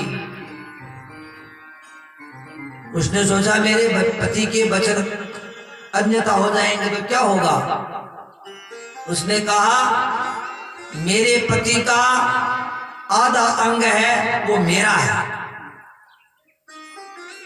आधा अंग ही केवल मेरे पति का है, बाकी पति का जो आधा अंग है वो मेरा है। मैं तुम्हारे चरणों में समर्पित करती हूँ, मेरे पति के माथे पर पैर रख करके तुम्हारा तीसरा पैर पूरा करो। धन्य है उस विंध्यावली के कहने से देवताओं ने पुष्पों की वर्षा की। देवता लोग जय जयकार की ध्वनि करते हैं, देवताओं की किसी ने भी जय जयकार नहीं की है। भले ही वो स्वर्ग में रहते हैं लेकिन देवता लोग बार बार इन दानवों की जय जयकार करते हैं। जब इनकी महिमा होती है तो इनके मुंह से निकल जाता है साधु साधु महान, ये अच्छी बात है, ऐसा तो हम नहीं कर सकते। वो कायर हैं और वो बिल्कुल ही कंजूस हैं। जितनी वीरता, जितनी महानता, जितना सर्वस्व परित्याग करने की शक्ति इन दानवों में है, उनमें तो केवल एक ही बात है, किसी ने उनको भ्रमित कर दिया और भक्तों के प्रति और भगवान के प्रति इनको विमुख कर दिया, यही कारण है। अन्यथा दानवों के बराबर कौन हो सकता, वो बड़े तपस्वी हुए हैं, तपस्या की है उन्होंने। इंद्र ने कभी तपस्या की नहीं, कभी आपने कहीं भी नहीं सुना है कि इंद्र तपस्या करने के लिए गए थे। वो तो कोई तपस्या करता है, उसकी तपस्या को भंग करने का कार्य करता है नारायण। इसलिए राजा बलि और भगवती विंध्यावली से कहते हैं कि अब तुम मेरे से वरदान मांग। विंध्यावली से कहते हैं कि मैं तेरी बात पर बड़ा प्रसन्न हूं, तुम वरदान मांग। तो विंध्यावली ने कहा, महाराज अच्छी बात आपने अपने मुखारविंद से कही, लेकिन क्या वरदान मांगा? अरे जो खुद मांगता है, तुझ मंगत से हम मांगत नहीं। जो खुद मांगता है, जो खुद भिक्षुक है, वो क्या देगा मेरे को? मुझे तुमसे कुछ भी नहीं चाहिए। विंध्यावली ने बड़ी दृढ़ता से कह दिया, मुझे चाहिए ही नहीं है तुम्हारे से कुछ, मुझे कोई प्रकार का शोक नहीं है। मैंने अपने पति को तुम्हारे चरणों में डाल दिया और मैं बिना पति के हो गई, इसका मुझे कोई गम नहीं है। मैंने अपने पति का वचन पूरा किया है, अब मैं तुमसे क्या मांगूंगी? जब मैंने अपने सुहाग को ही तुम्हारे चरणों में डाल दिया, मेरे शेष रहा क्या है? और मैं लेकर के करूंगी क्या? मैं अपने पिता के बिना पति के बिना मैं किस चीज को भोगूंगी? मुझे कुछ नहीं चाहिए। तेरी दातारी है वो किसी और को दिखाना। अरे वाह, ऐसी विंध्यावली। और भगवान वामन उस बलि से कहते हैं, अरे बलि तुमने बहुत बड़ी महिमा प्राप्त की है। भगवान स्वयं वामन उसकी महिमा बताते हैं। तुमने त्रिभुवन में ऐसा कार्य किया है जो आज तक न कोई कर पाया है और न ही कभी कोई कर पाएगा। ऐसे तुम महान हो। ऐसे राजा बलि हुए जिनके लिए सभी महिमा गाते हैं। भगवान ने राजा बलि को सुतल लोक का राज दिया और कहा कि ये मैंने ग्रहण कर लिया, दान ली हुई वस्तु तो मैं तुम्हें दे नहीं सकता और तुम ले नहीं सकते, इसलिए उसको सुतल लोक में भेजा।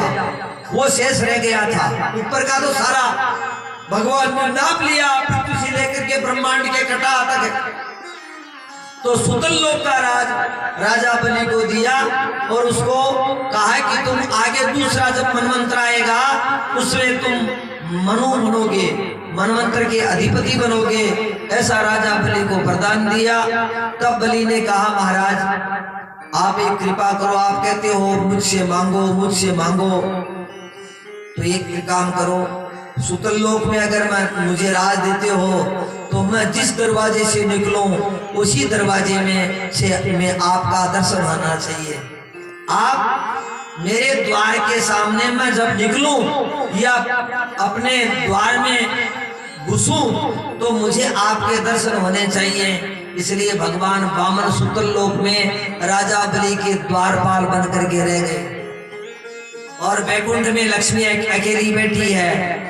जब श्रावण की पूर्णिमा आई, पीछे घूम करके, भाद्रपद का महीना तो है ही है, श्रावण की पूर्णिमा को सभी मिल करके और ऋषि महर्षि वेद की और की सबकी पूजा अर्चना करते हैं और फिर भगवती लक्ष्मी को प्रेरणा प्रदान करते हैं। तो लक्ष्मी सुतल लोक में जाती है, क्योंकि लक्ष्मी समुद्र से पैदा हुई है, उसका वो पियर है। तो इसलिए वामन के पास जाकर के कहती है कि तुम मेरे भाई हो, मैं तुम्हें राखी बांधने के लिए आई हूँ, तुम्हारी रक्षा होगी। तो उसको बलि को राखी बांधती है और बदले में भगवान वामन को मांगती है कि ये मेरे पतिदेव हैं, इस वामन को मुझे प्रदान कर दो। इस प्रकार से भगवान वामन को छुड़ा करके लाती है। बोलो श्री कृष्णचंद्र भगवान की वृंदावन बिहारी लाल की जय। तेरे द्वार खड़ा भगवान भगत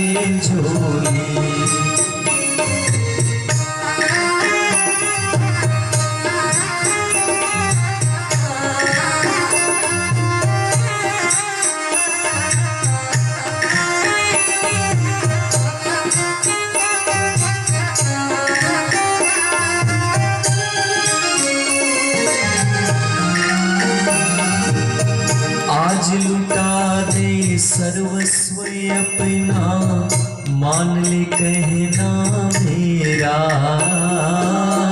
आज लौटा दे सर्वस्व अपना मान ले कहना मेरा। मिट जाएगा पल में तेरा जन्म जन्म का फेरा रे, जन्म जन्म का फेरा। मैं आज तेरा मेहमान, तू कर ले मुझसे जरा पहचान। भगत भर दे झोली, भगती भर दे झोली।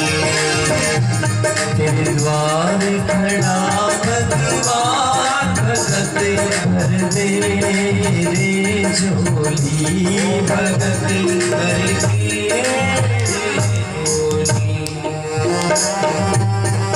डोल रही है सारी धरती देख ले, डोला गगन है सारा। डोल रही है सारी धरती देखो रे, डोला गगन है सारा। भीख मांगने आया तेरे घरे, जगत का पालन हारा रे, जगत का पालन हारा। तू छोड़ सकल अभिमान, अमर कर ले रे तू अपना दान।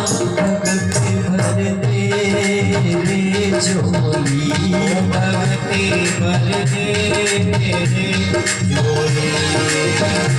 तेरे द्वार खड़ा भगवान, भगत भर दे रे झोली, भगत भर दे रे झोली, भगत भर दे रे झोली।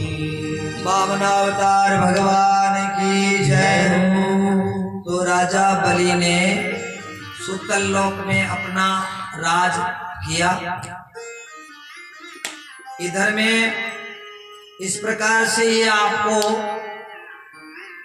दीति अदिति प्रियव्रत उत्तानपाद आदि के वंश के बारे में ये सारा वृत्तांत बताया गया है। मनमंत्राणि सर्वाणि 14 प्रकार के मनमंत्र होते हैं। इन 14 मनमंत्रों को एक मनमंत्र काल में 71 बार 4-4 युग बीत जाते हैं। सतयुग, त्रेता, द्वापर और कलयुग, ये 4 युग 71 बार बीत जाते हैं, तब जाकर के एक मनमंत्र काल पूरा होता है। 14 मनमंत्र पूरे होते हैं, तब जाकर के ब्रह्मा जी महाराज का एक दिन होता है। ऐसे ब्रह्मा जी महाराज के भी महीने, साल आदि सब, इसका मतलब ये सृष्टि है, इसका काल बहुत लंबा रहता है।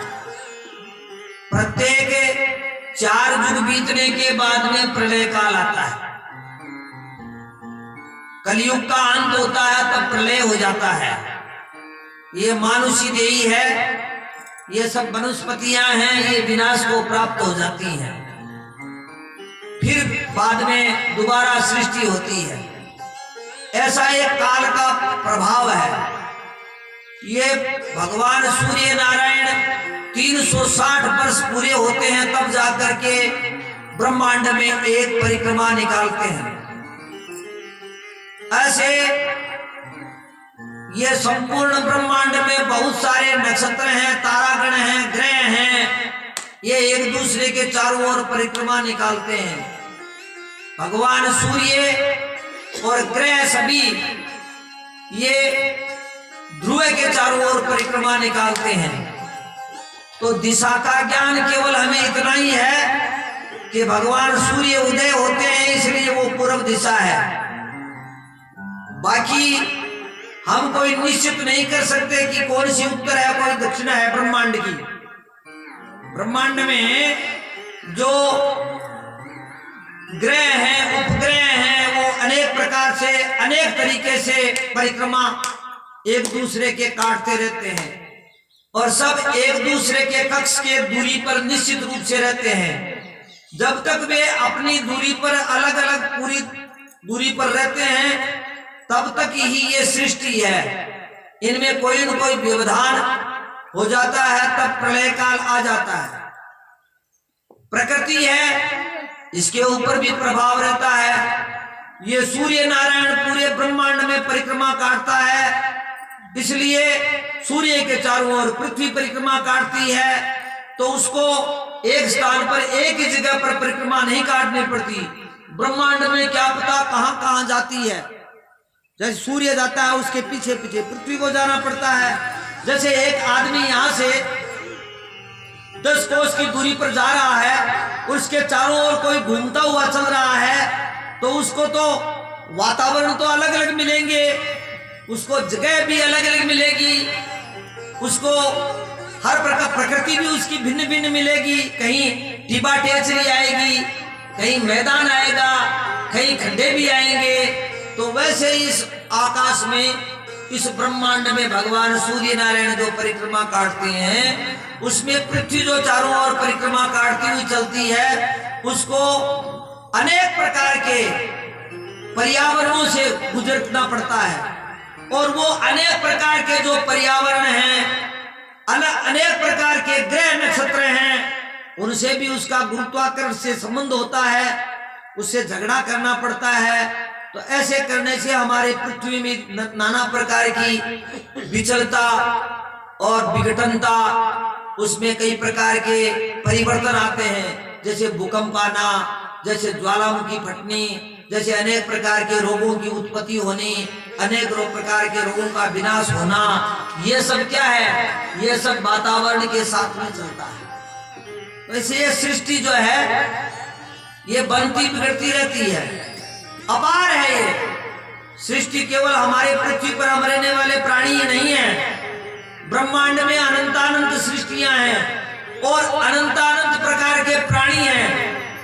कह नहीं सकते हम, हमारी पृथ्वी पर भी ऐसे ऐसे अन्य देशों आदमी हैं जो 7-7, 8-8 फुट लंबे हैं, ऐसा हम सुनते हैं। वो 10-10 मण एक साथ उठा सकते हैं, इतनी उनकी शक्ति है। वो कभी सर्दी और गर्मी में भी कपड़े भी नहीं पहनते। वो ऐसे पशु को जैसे कोई नार वगैरह खाता है वैसे खा जाते हैं, ऐसे ही वो है कच्चा खा जाते हैं। ऐसे मनुष्य भी हैं, जंगली हैं, बहुत सारे हैं, कोई पारावार थोड़ी है। ऐसे ये सृष्टि है, इसमें मनवंतर काल, अभी जो हमारा मनवंतर काल चल रहा है, ये 7वां मनवंतर चल रहा है। 6 मनवंतर बीत चुके हैं, 7वें मनवंतर की ये 28वीं चतुर्युगी का कलयुग चला है। 27 चतुर्युगियां बीत चुकी हैं। प्रत्येक चतुर्युगी के त्रेता काल में भगवान राम अवतार लेते हैं। प्रत्येक द्वापर काल की चतुर्युगी में, चतुर्युगी के द्वापर काल में भगवान श्री कृष्ण अवतार लेते हैं।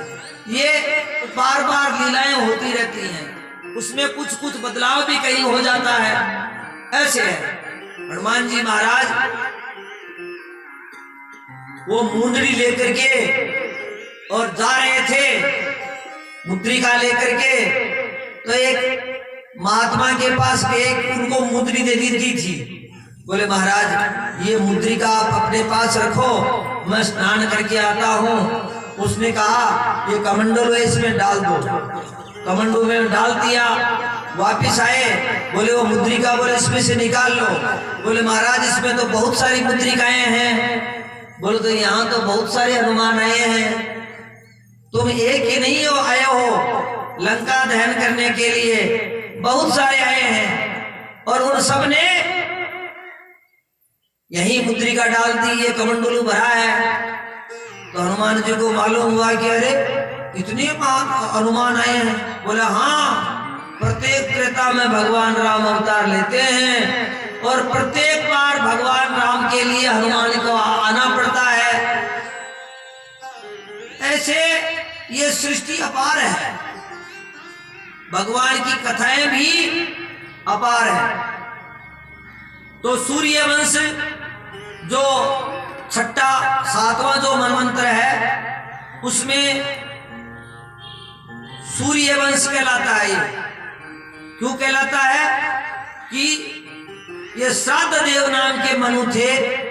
उन श्राद्ध देव नाम के मनु के जो पुत्र हुए वो भगवान वैवस्वत कहलाते हैं। उसको विवस्वान के विवस्वान नाम का जो सूर्य था, 12 सूर्य होते हैं, उनमें विवस्वान नाम का जो सूर्य हुआ उसके जो पुत्र हुआ वो श्राद्ध देव नाम का मनु हुआ, उसको वैवस्वत भी कहते हैं। तो ये सातवां वैवस्वत मनु है या श्राद्ध देव मनु है। ये श्राद्ध देव मनु के 10 पुत्र हुए, नृग आदि, पृखद्र, सरियाती आदि। इन्हीं के वंश से ये सारी सृष्टि बढ़ गई। एक बार मनु जी महाराज को छींक आई तो उस छींक से एक पुत्र की प्राप्ति हुई जिसको इक्ष्वाकु कहते हैं।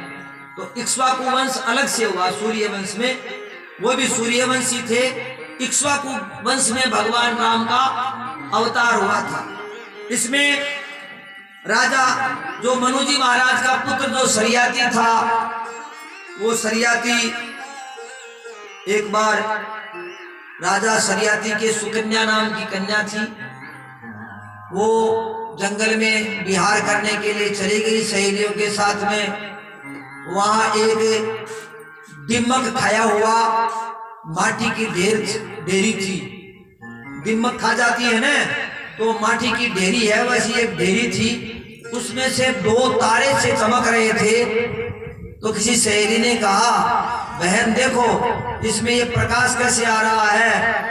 तब उसने सुकन्या ने उन दोनों छिद्रों में वो जो प्रकाश वो आग सी चमक रही थी उसमें उसने अब तिनके से उसमें मार किया तो उसमें से रक्त आया। तो भयभीत हो गई, अरे इसमें से ये तो रक्त आया है। इधर राजा सरियाती के ऊपर कोप हो गया। च्यवन नाम के ऋषि थे, वो तपस्या कर रहे थे वहां पर।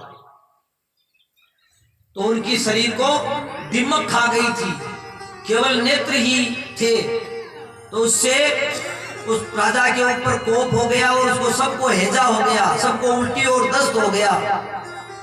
राजा ने सोचा क्या हुआ। इधर वो सुकन्या आकर के राजा सरियाती से कहती है कि महाराज हमने आज एक ऐसा आश्चर्य देखा है। तब उन्होंने कहा कि ये हो न हो श्री महाराज च्यवन ऋषि का इन्होंने अपराध किया है। तब वो जाकर के वो माटी का ढेर अलग किया और च्यवन ऋषि से प्रार्थना की, हे महाराज मेरी कन्या के द्वारा यह पाप हुआ है, आप इस कन्या को ग्रहण करो और ये कन्या अपने अंधे और बूढ़े पति की सेवा करेगी। वो सुकन्या सेवा करती थी, वो तो योगी थे, उन्होंने अपने नेत्र वापस प्राप्त कर लिए। च्यवन ने कहा, हे सुश्रोणी तुम क्या चाहती हो, तुम्हारी सेवा से मैं प्रसन्न हो गया, तुम्हारे अपराध मैंने क्षमा कर दिए हैं। तब उसने कहा कि मैं पुत्र को प्राप्त करना चाहती हूं। वो वृद्धावस्था में थे।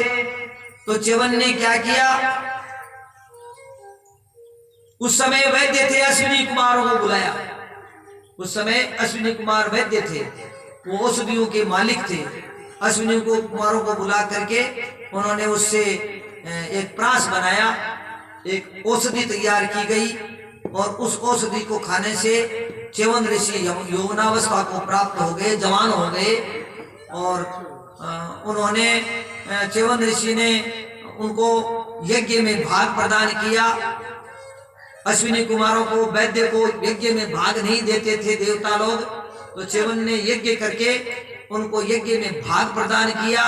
इंद्र ने उसका विरोध किया। तब च्यवन ने इंद्र को स्तंभित कर दिया। देवताओं ने बाद में उसको आकर के छुड़ाया। ऐसे च्यवन ऋषि थे। पिता आकर के बोला, बेटी तुम जवान पति के साथ में रहती हो, तुम्हें तो वृद्ध के साथ में शादी करके गया था मैं। बोले महाराज ये वही च्यवन ऋषि है जो यौवनावस्था को प्राप्त हो गए हैं। तो ऐसे बड़ी विचित्र लीलाएं इस सूर्य वंश में सरियाती के यहाँ साथ में हुआ। सरियाती के बाद में नभग हुआ। नभग के 3 पुत्र थे। एक पुत्र तो गुरुकुल में गया हुआ था, पीछे से भाइयों ने अपने पिता का धन बांट लिया, तो वो बीच वाला भाई आकर के बोला हमें कुछ मिला कि नहीं? बोले तुम्हें पिताजी दे दिए, हमने बांट लिया है और तुम्हारे पार्टी में पिताजी हैं, तो तुम पिताजी के पास जाओ।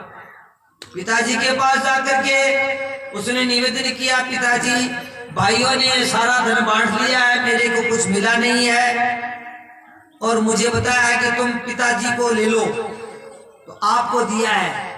बोले बढ़िया बात है। बोले मैं नाभाग हूं, मेरे कोई भाग नहीं है। बोले कोई बात नहीं है, तुम एक काम करो, यहाँ से थोड़ी दूर पर अंगिस गोत्र के ब्राह्मण यज्ञ कर रहे हैं, वो छठे दिन की बात भूल जाएंगे, तुम उनको बात बता देना, इससे वो तुम्हें प्रसन्न होकर के उस यज्ञ में बचा हुआ सामान तुम्हें दे देंगे, इससे तुम अपनी जीविका पालन करना। वो नाभाग चला गया, वहां जाकर के उन ऋषियों को उसने छठे दिन की बात बताई। छठे दिन की बात बताने से यज्ञ संपन्न हुआ। यज्ञ पूरा होने के बाद में जो बचा हुआ था वो उसको दे दिया कि ये तुम्हारा है। वो लेने के लिए जब उसको बटोर रहा था, उस समय शंकर भगवान आ गए। शंकर भगवान ने कहा यज्ञ में जो बचा हुआ सामान तो मेरा है। ये तो दक्ष प्रजापति ने पहले ही बता दिया था। जब यज्ञ विध्वंस किया तो वापिस यज्ञ पूरा किया गया, तो सबने मिलकर के कहा कि हे शंकर भगवान, जो यज्ञ में जो कुछ भी बचेगा वो आपका है, वो तो मेरा है।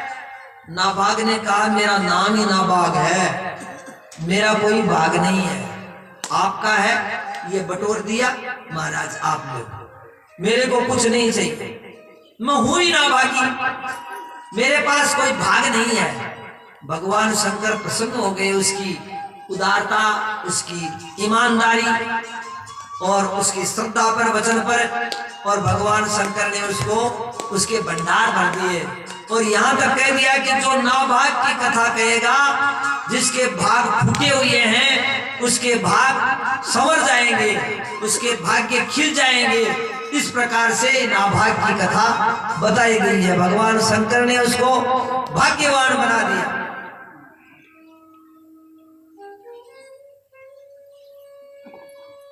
दुहितु तद्वचः श्रुत्वा शर्याति जात साध्वस है। इस प्रकार से ये शर्याति की और कथा आपको बताई गई।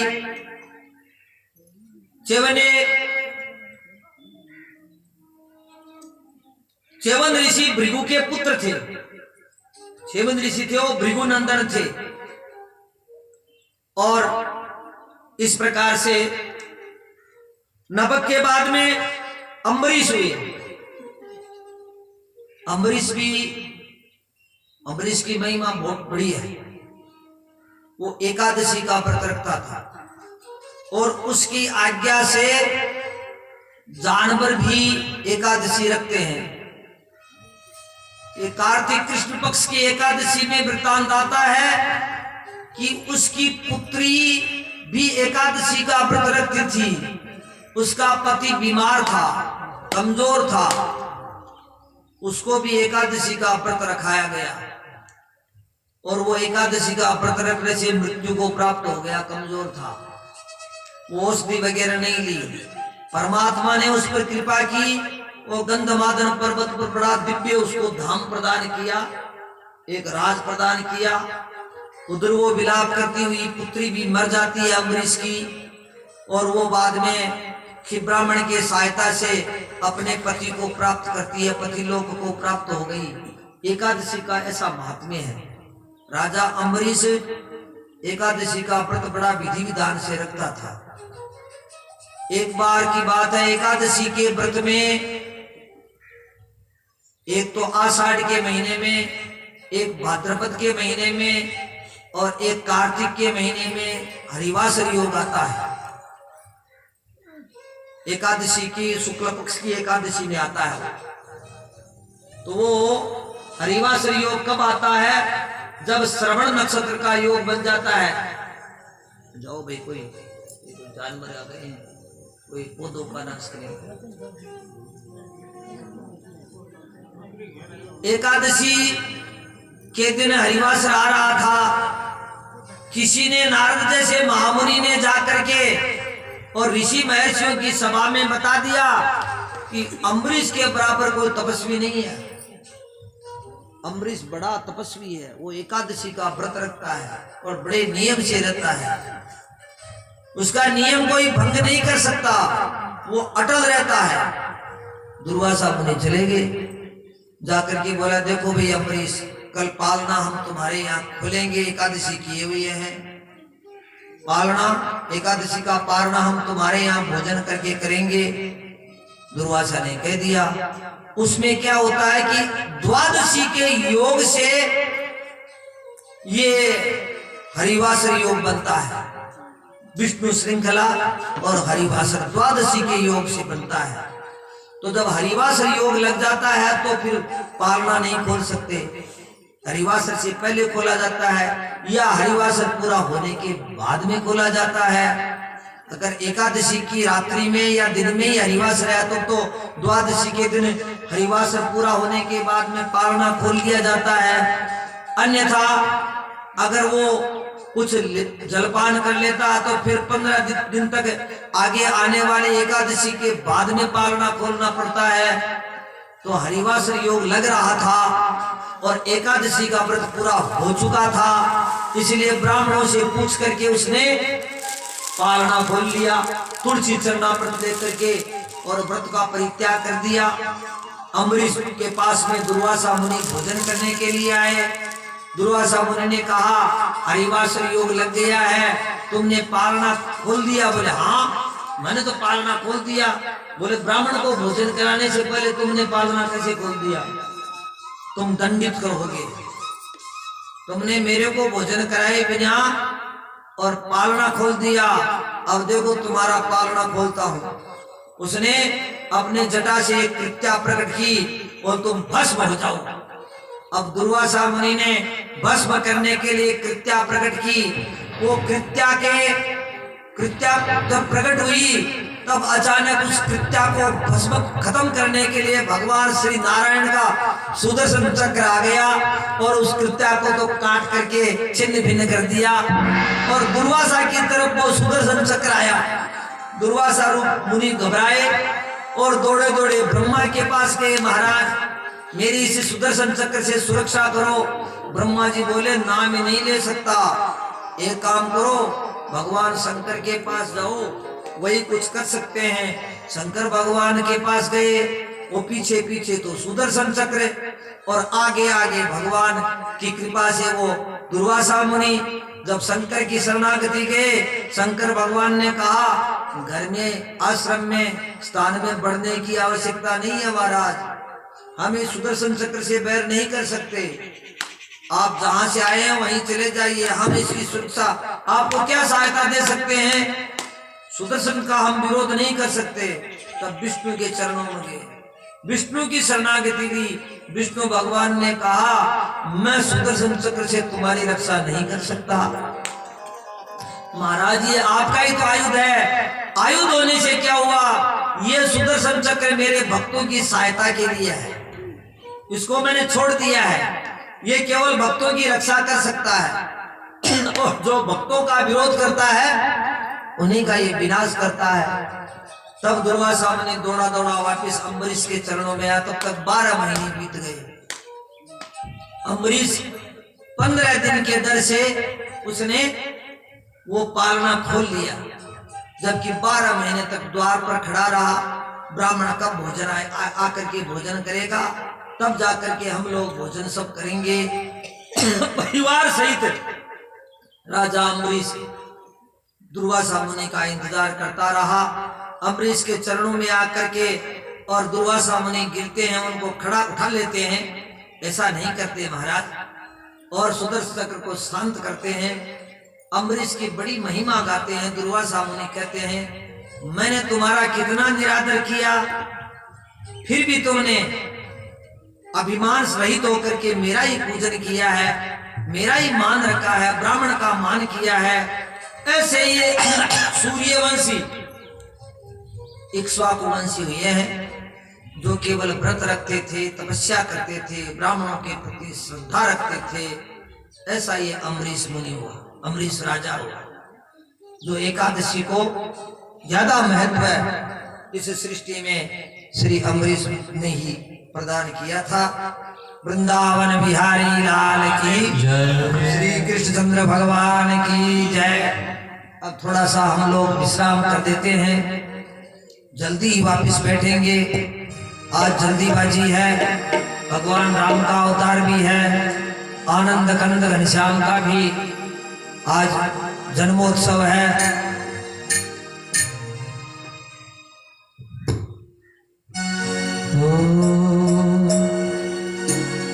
जो दिन जाए भजन के लिखे, सो दिन आसी गिनती में। जो दिन जाए भजन के लिखे, सो दिन आसी गिनती में।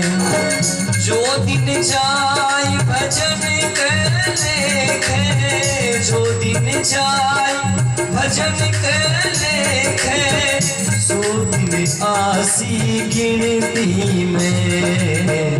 जो दिन जाए भजन के लिखे, सो दिन आसी गिनती में।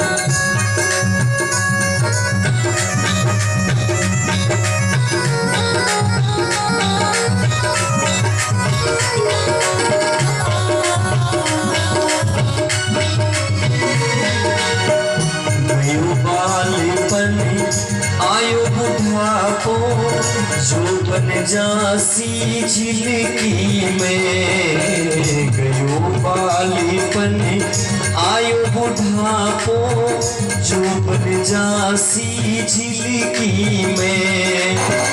हीरा कंचन माणिक मोती, हीरा कंचन माणिक मोती, हरियार वेला धरती में। जो दिन जाए भजन के लेखे, सो दिन आसी गिनती में। जो दिन जाए भजन के लेखे, सो दिन आसी गिनती में।